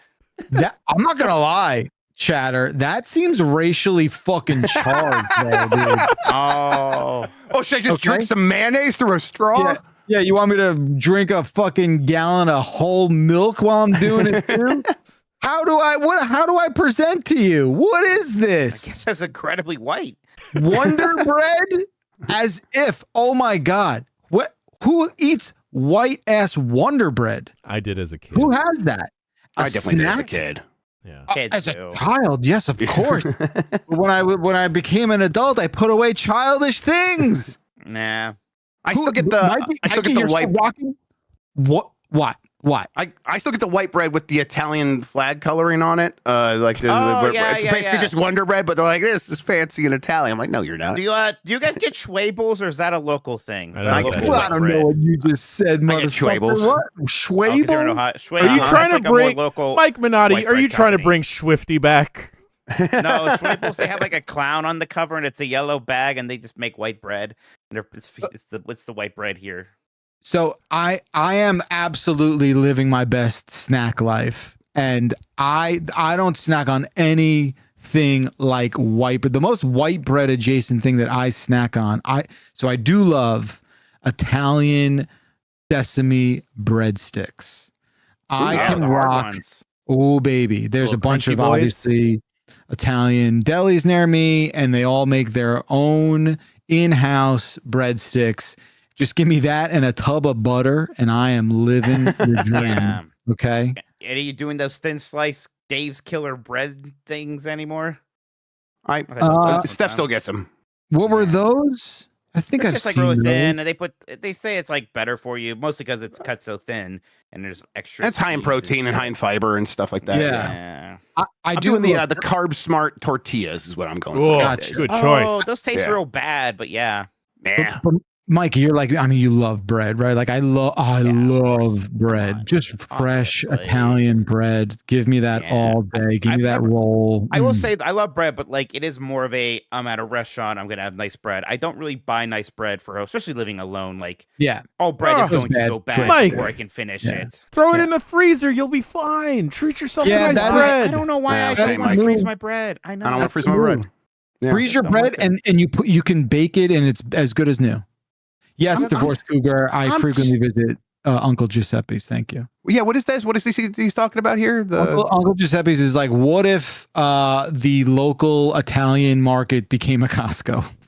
And it's just Yo. like, Mike, next time you're out here, I promise you, we're going to go there and you are going to fall to your knees. Oh, I'm sure. You're going to fall to your knees and tears will invade your ocular Can we get cavities. focaccia? Buddy, You can't say that. Come, buddy. I got Buddy. focaccia me up. Dude, it will blow your mind. You will start looking at real estate listings. Are we a Focaccia Pro website? We better be. I'll leave. What? I don't know. Who's anti-focaccia? Watch that tongue. Grubb! It's just bread with salt and olive oil and shit. I love it. I love it. I'm joking. Oh, yes, thank God. it's fantastic. Oh. That's a great snack. Oh, Bacalar, you'd love this. I don't know who I'm becoming because now I think I can discern between good and bad olives. Shit. Yeah, you're becoming a grown adult is what it sounds like. I bought mean, a jar of blue cheese olives, and I'm like, these aren't as good as the other blue cheese olives. you need to be able to discern. Olives are not equal. All olives are not equal. No. And you gotta be careful out there. It's rough out there. Mike, All right, any let's more? move along. We've got a few here. It's Oh. been a long show. Yeah. Big Fresh 37 says, surprise! New hard co-op mode added to Infinite. I assume Halo Infinite? What? Disney What other Infinite? infinites are there? Disney? Yeah. There's the Call of Duty Infinite Warfare. Bioshock Infinite? Marvel versus Capcom Infinite? Yeah, but I bet they don't mean that. I bet they don't mean that either, but I'm trying to think of all the infinites. Right. It's That's gotta be weird. Halo. That's weird. Next up is from Andrew Panton. Says, I just got Whoopi Goldberg's Game Boy and copy of Super Mario Bros. Deluxe. If you could have any celebrity save file, who would it be and for what game? Nick Cage's Minecraft would be my number one. This is a great fucking question. Shouts out to Andrew Panton. Holy shit. Shouts out to the gang at Regulation Pod. I would have. I don't know what we're supposed to do with Canadian dollars, but that's neither here nor there. Yeah. So Sylvester Stallone's save for the cliffhanger game on Super Nintendo. That's what I want. Sure. I just want to see how far he got into that game. I bet it's just the first level. I would get Robin Williams' Legend of Zelda. Ooh, that's, Oh, like that's actually really actually, sweet. The perfect Yeah, answer. that would be Yeah, amazing. especially steal it from his daughter Zelda. Absolutely. Oh, Yeah. yeah, that'd be Yes, great. yes. You think Michael Jackson had a power glove? Yes. Probably, actually. I don't know if I want anything Michael Jackson. I thought about it some more. Has anybody seen that movie? Because I have not. Yeah. No. Dylan, you're playing Uncharted now. Nice. Oh, really? Okay. Yeah, your weird not internet uncles decided it was okay. Yeah. Go for it. Just what you play. Oh man. All right. I think we got good answers there. Migsy says Mike Minotti, Jeff Bacalar is president, a higher position than owner. Look, it's so all equal ownerships, although yeah, look, some of these titles are like CEO and president are just better titles. It's okay. We gave the Jeffs a little extra love, a little extra kiss on the cheek. What? Their fancy titles, and also because they did buy the company. The lion's share of the originally. work, yeah. My fee was always these are all made up. Yeah. Like so it's like I'm gonna make it up. I'm gonna go big or go home. So that's what I was Can thinking. you change yours to like either super president or president plus? Right, president of Super Giant Bomb, like president of Super Earth and Helldivers 2. Sure. Yeah, I'll do that. Next up is zombie porn. Did Jan order hot dogs while at the vineyard? No, there was no hot dogs, but there were other cured meats over there. No hot Next up, dogs in Big Fred. Napa, unfortunately. No dogs in Napa. No. Does Martha's Love that Vineyard movie. know about hot dogs? No. No. No way. Big Fresh Racer says, I can't play much Forza. I find myself driving aggressively in real life after playing a bunch of Horizon. That ever happened to you? No. No, I'm a fucking adult. What do you mean? Big Fresh, no. When I wasn't though, and I definitely got out of like a Fast and Furious movie. I was like, I'm driving a little bit faster, and I look, it's like I'm going 85. I'm definitely going way too fast. So when I was a child, I definitely was childish about it. But no, that wouldn't happen today. I have a minivan. Christian, Argentina says, thoughts on Zest's final form, and do you like Sieg as the final bad guy? Is this about one of his fucking Super Sentai Tokimeki Memorial or whatever it is he watches? Yeah. I have no idea. Like that.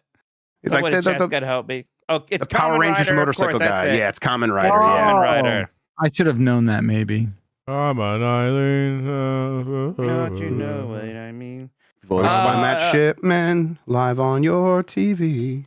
Tom Morales says, I had a New Year's resolution to read more this year and just finished my 6th book. Let's go. Last year.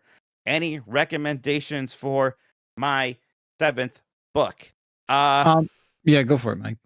If you're still, if you enjoyed everything going on for Artemis and you want to learn about Apollo 8, which was the NASA mission that first circled the moon, like Artemis just did, there's a great book called Rocket Men, all about that I enjoy quite a lot.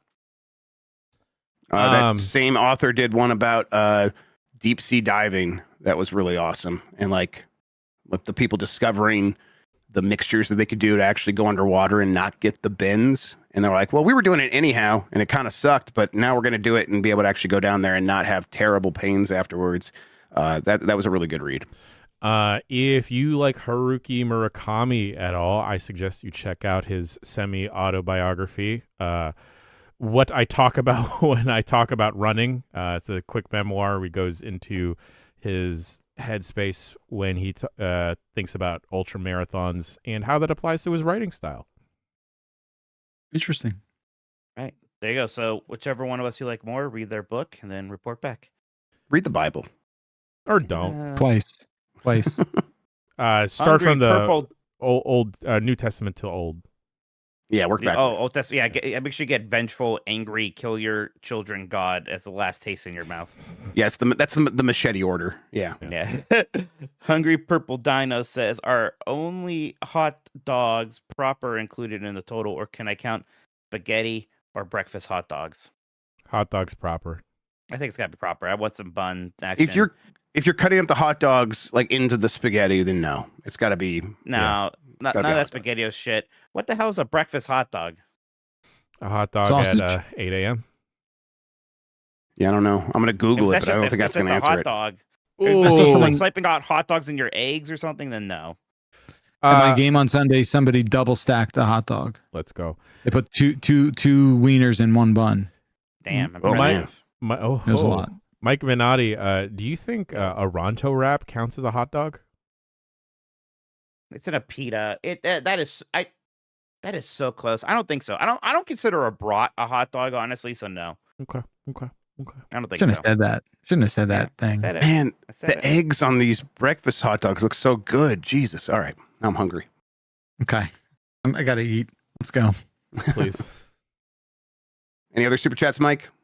That is it, actually. Thank you so much, everybody. Appreciate it. Wow. That was a lot. Thank you so much, everyone. We deeply appreciate it. Boys, what do we got going on the rest of this week? No Blight Club this week. Instead, We're doing more? We just did a 3-hour podcast. I know. That's the rest of the week. Wednesday, Thursday, Friday, Game S mornings popping off, right, Grubb? That's right. We'll talk about apparently Build a Rocket Boy laying off the rest of their workers, or most of their workers. Oh, that just what? happened.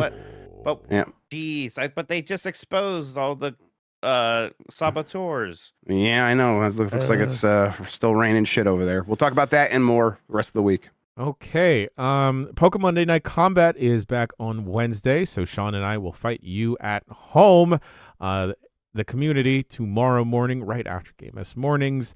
Like we've mentioned, we will have a D-Light Club The topic is still up in the air. Voicemail dump truck on Thursday. And then on Friday, we have Unprofessional Fridays. We'll probably run a grab bag. We got a bunch of ideas popping off. Battlefront 2, perhaps. Maybe Gamble with My Friends. A bunch of different options. And then check out that Far Far West game that some people have been playing too. We'll see. Yeah. Yes. And then for all the premium people out there, we got a new episode of 9 Lives of Mr. Mustafa Fleas coming out right after this. And as well as the return of Marry Me Tomodachi, the internet's hottest gaming dating show. We'll see you on Thursday. Boys, did I forget anything? Nah, we're good. No, I'm excited. We had a week off for Marry Me Tomodachi, so excited to get back in there. Maybe I'll Same. become an adult again. In the game? I'm sorry, Mikey. I can't be mean to you. I also apologize for that Blue Sky post yesterday where I said you were late for the meeting. That was rude of me. We changed the Yeah, I was not locations. late. I was just, you changed it on me at the last moment. Just tell me that the steak looks like Ohio and everything will be forgiven. The steak looks like Ohio. And folks, if you missed it at the tippy top of the show, go check out betahat, giantbomb.com/betahat. Get paid to talk about video games. Give your input. You are an expert audience out there, so we trust y'all to help shape and craft with our friends over at Beta Hat. And gang, I think that about does it. That's the end of the show. He's been Jeff. He's been Jeff. He's been Mike. I've been Jan. Shouts out to Chuck. Shouts out to Will. Especially big shouts out to Turbo Sean for cutting up the ones and twos. We'll see you next week for another episode of the Giant Bombcast. Until then, goodbye.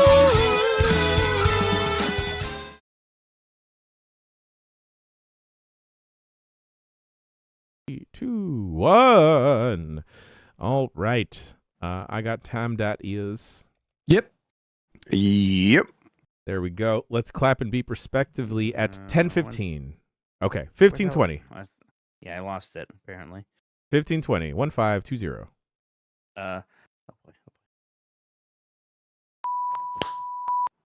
Just made it. Beautiful. Mike, you looked around like you were like, "Oh, I did it. I slid in." I did because I have to turn off this freaking noise removal gate too in order to clap, or else my claps don't get through. And then let's go We got a raid raid. someone, and we got a raid going. Yeah. Going we to got- Castle Super Beast here. beautiful. We got one more thing to do, boys.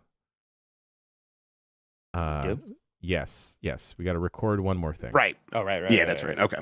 Yeah. All right. Raiding now. Bye, everybody. Beautiful.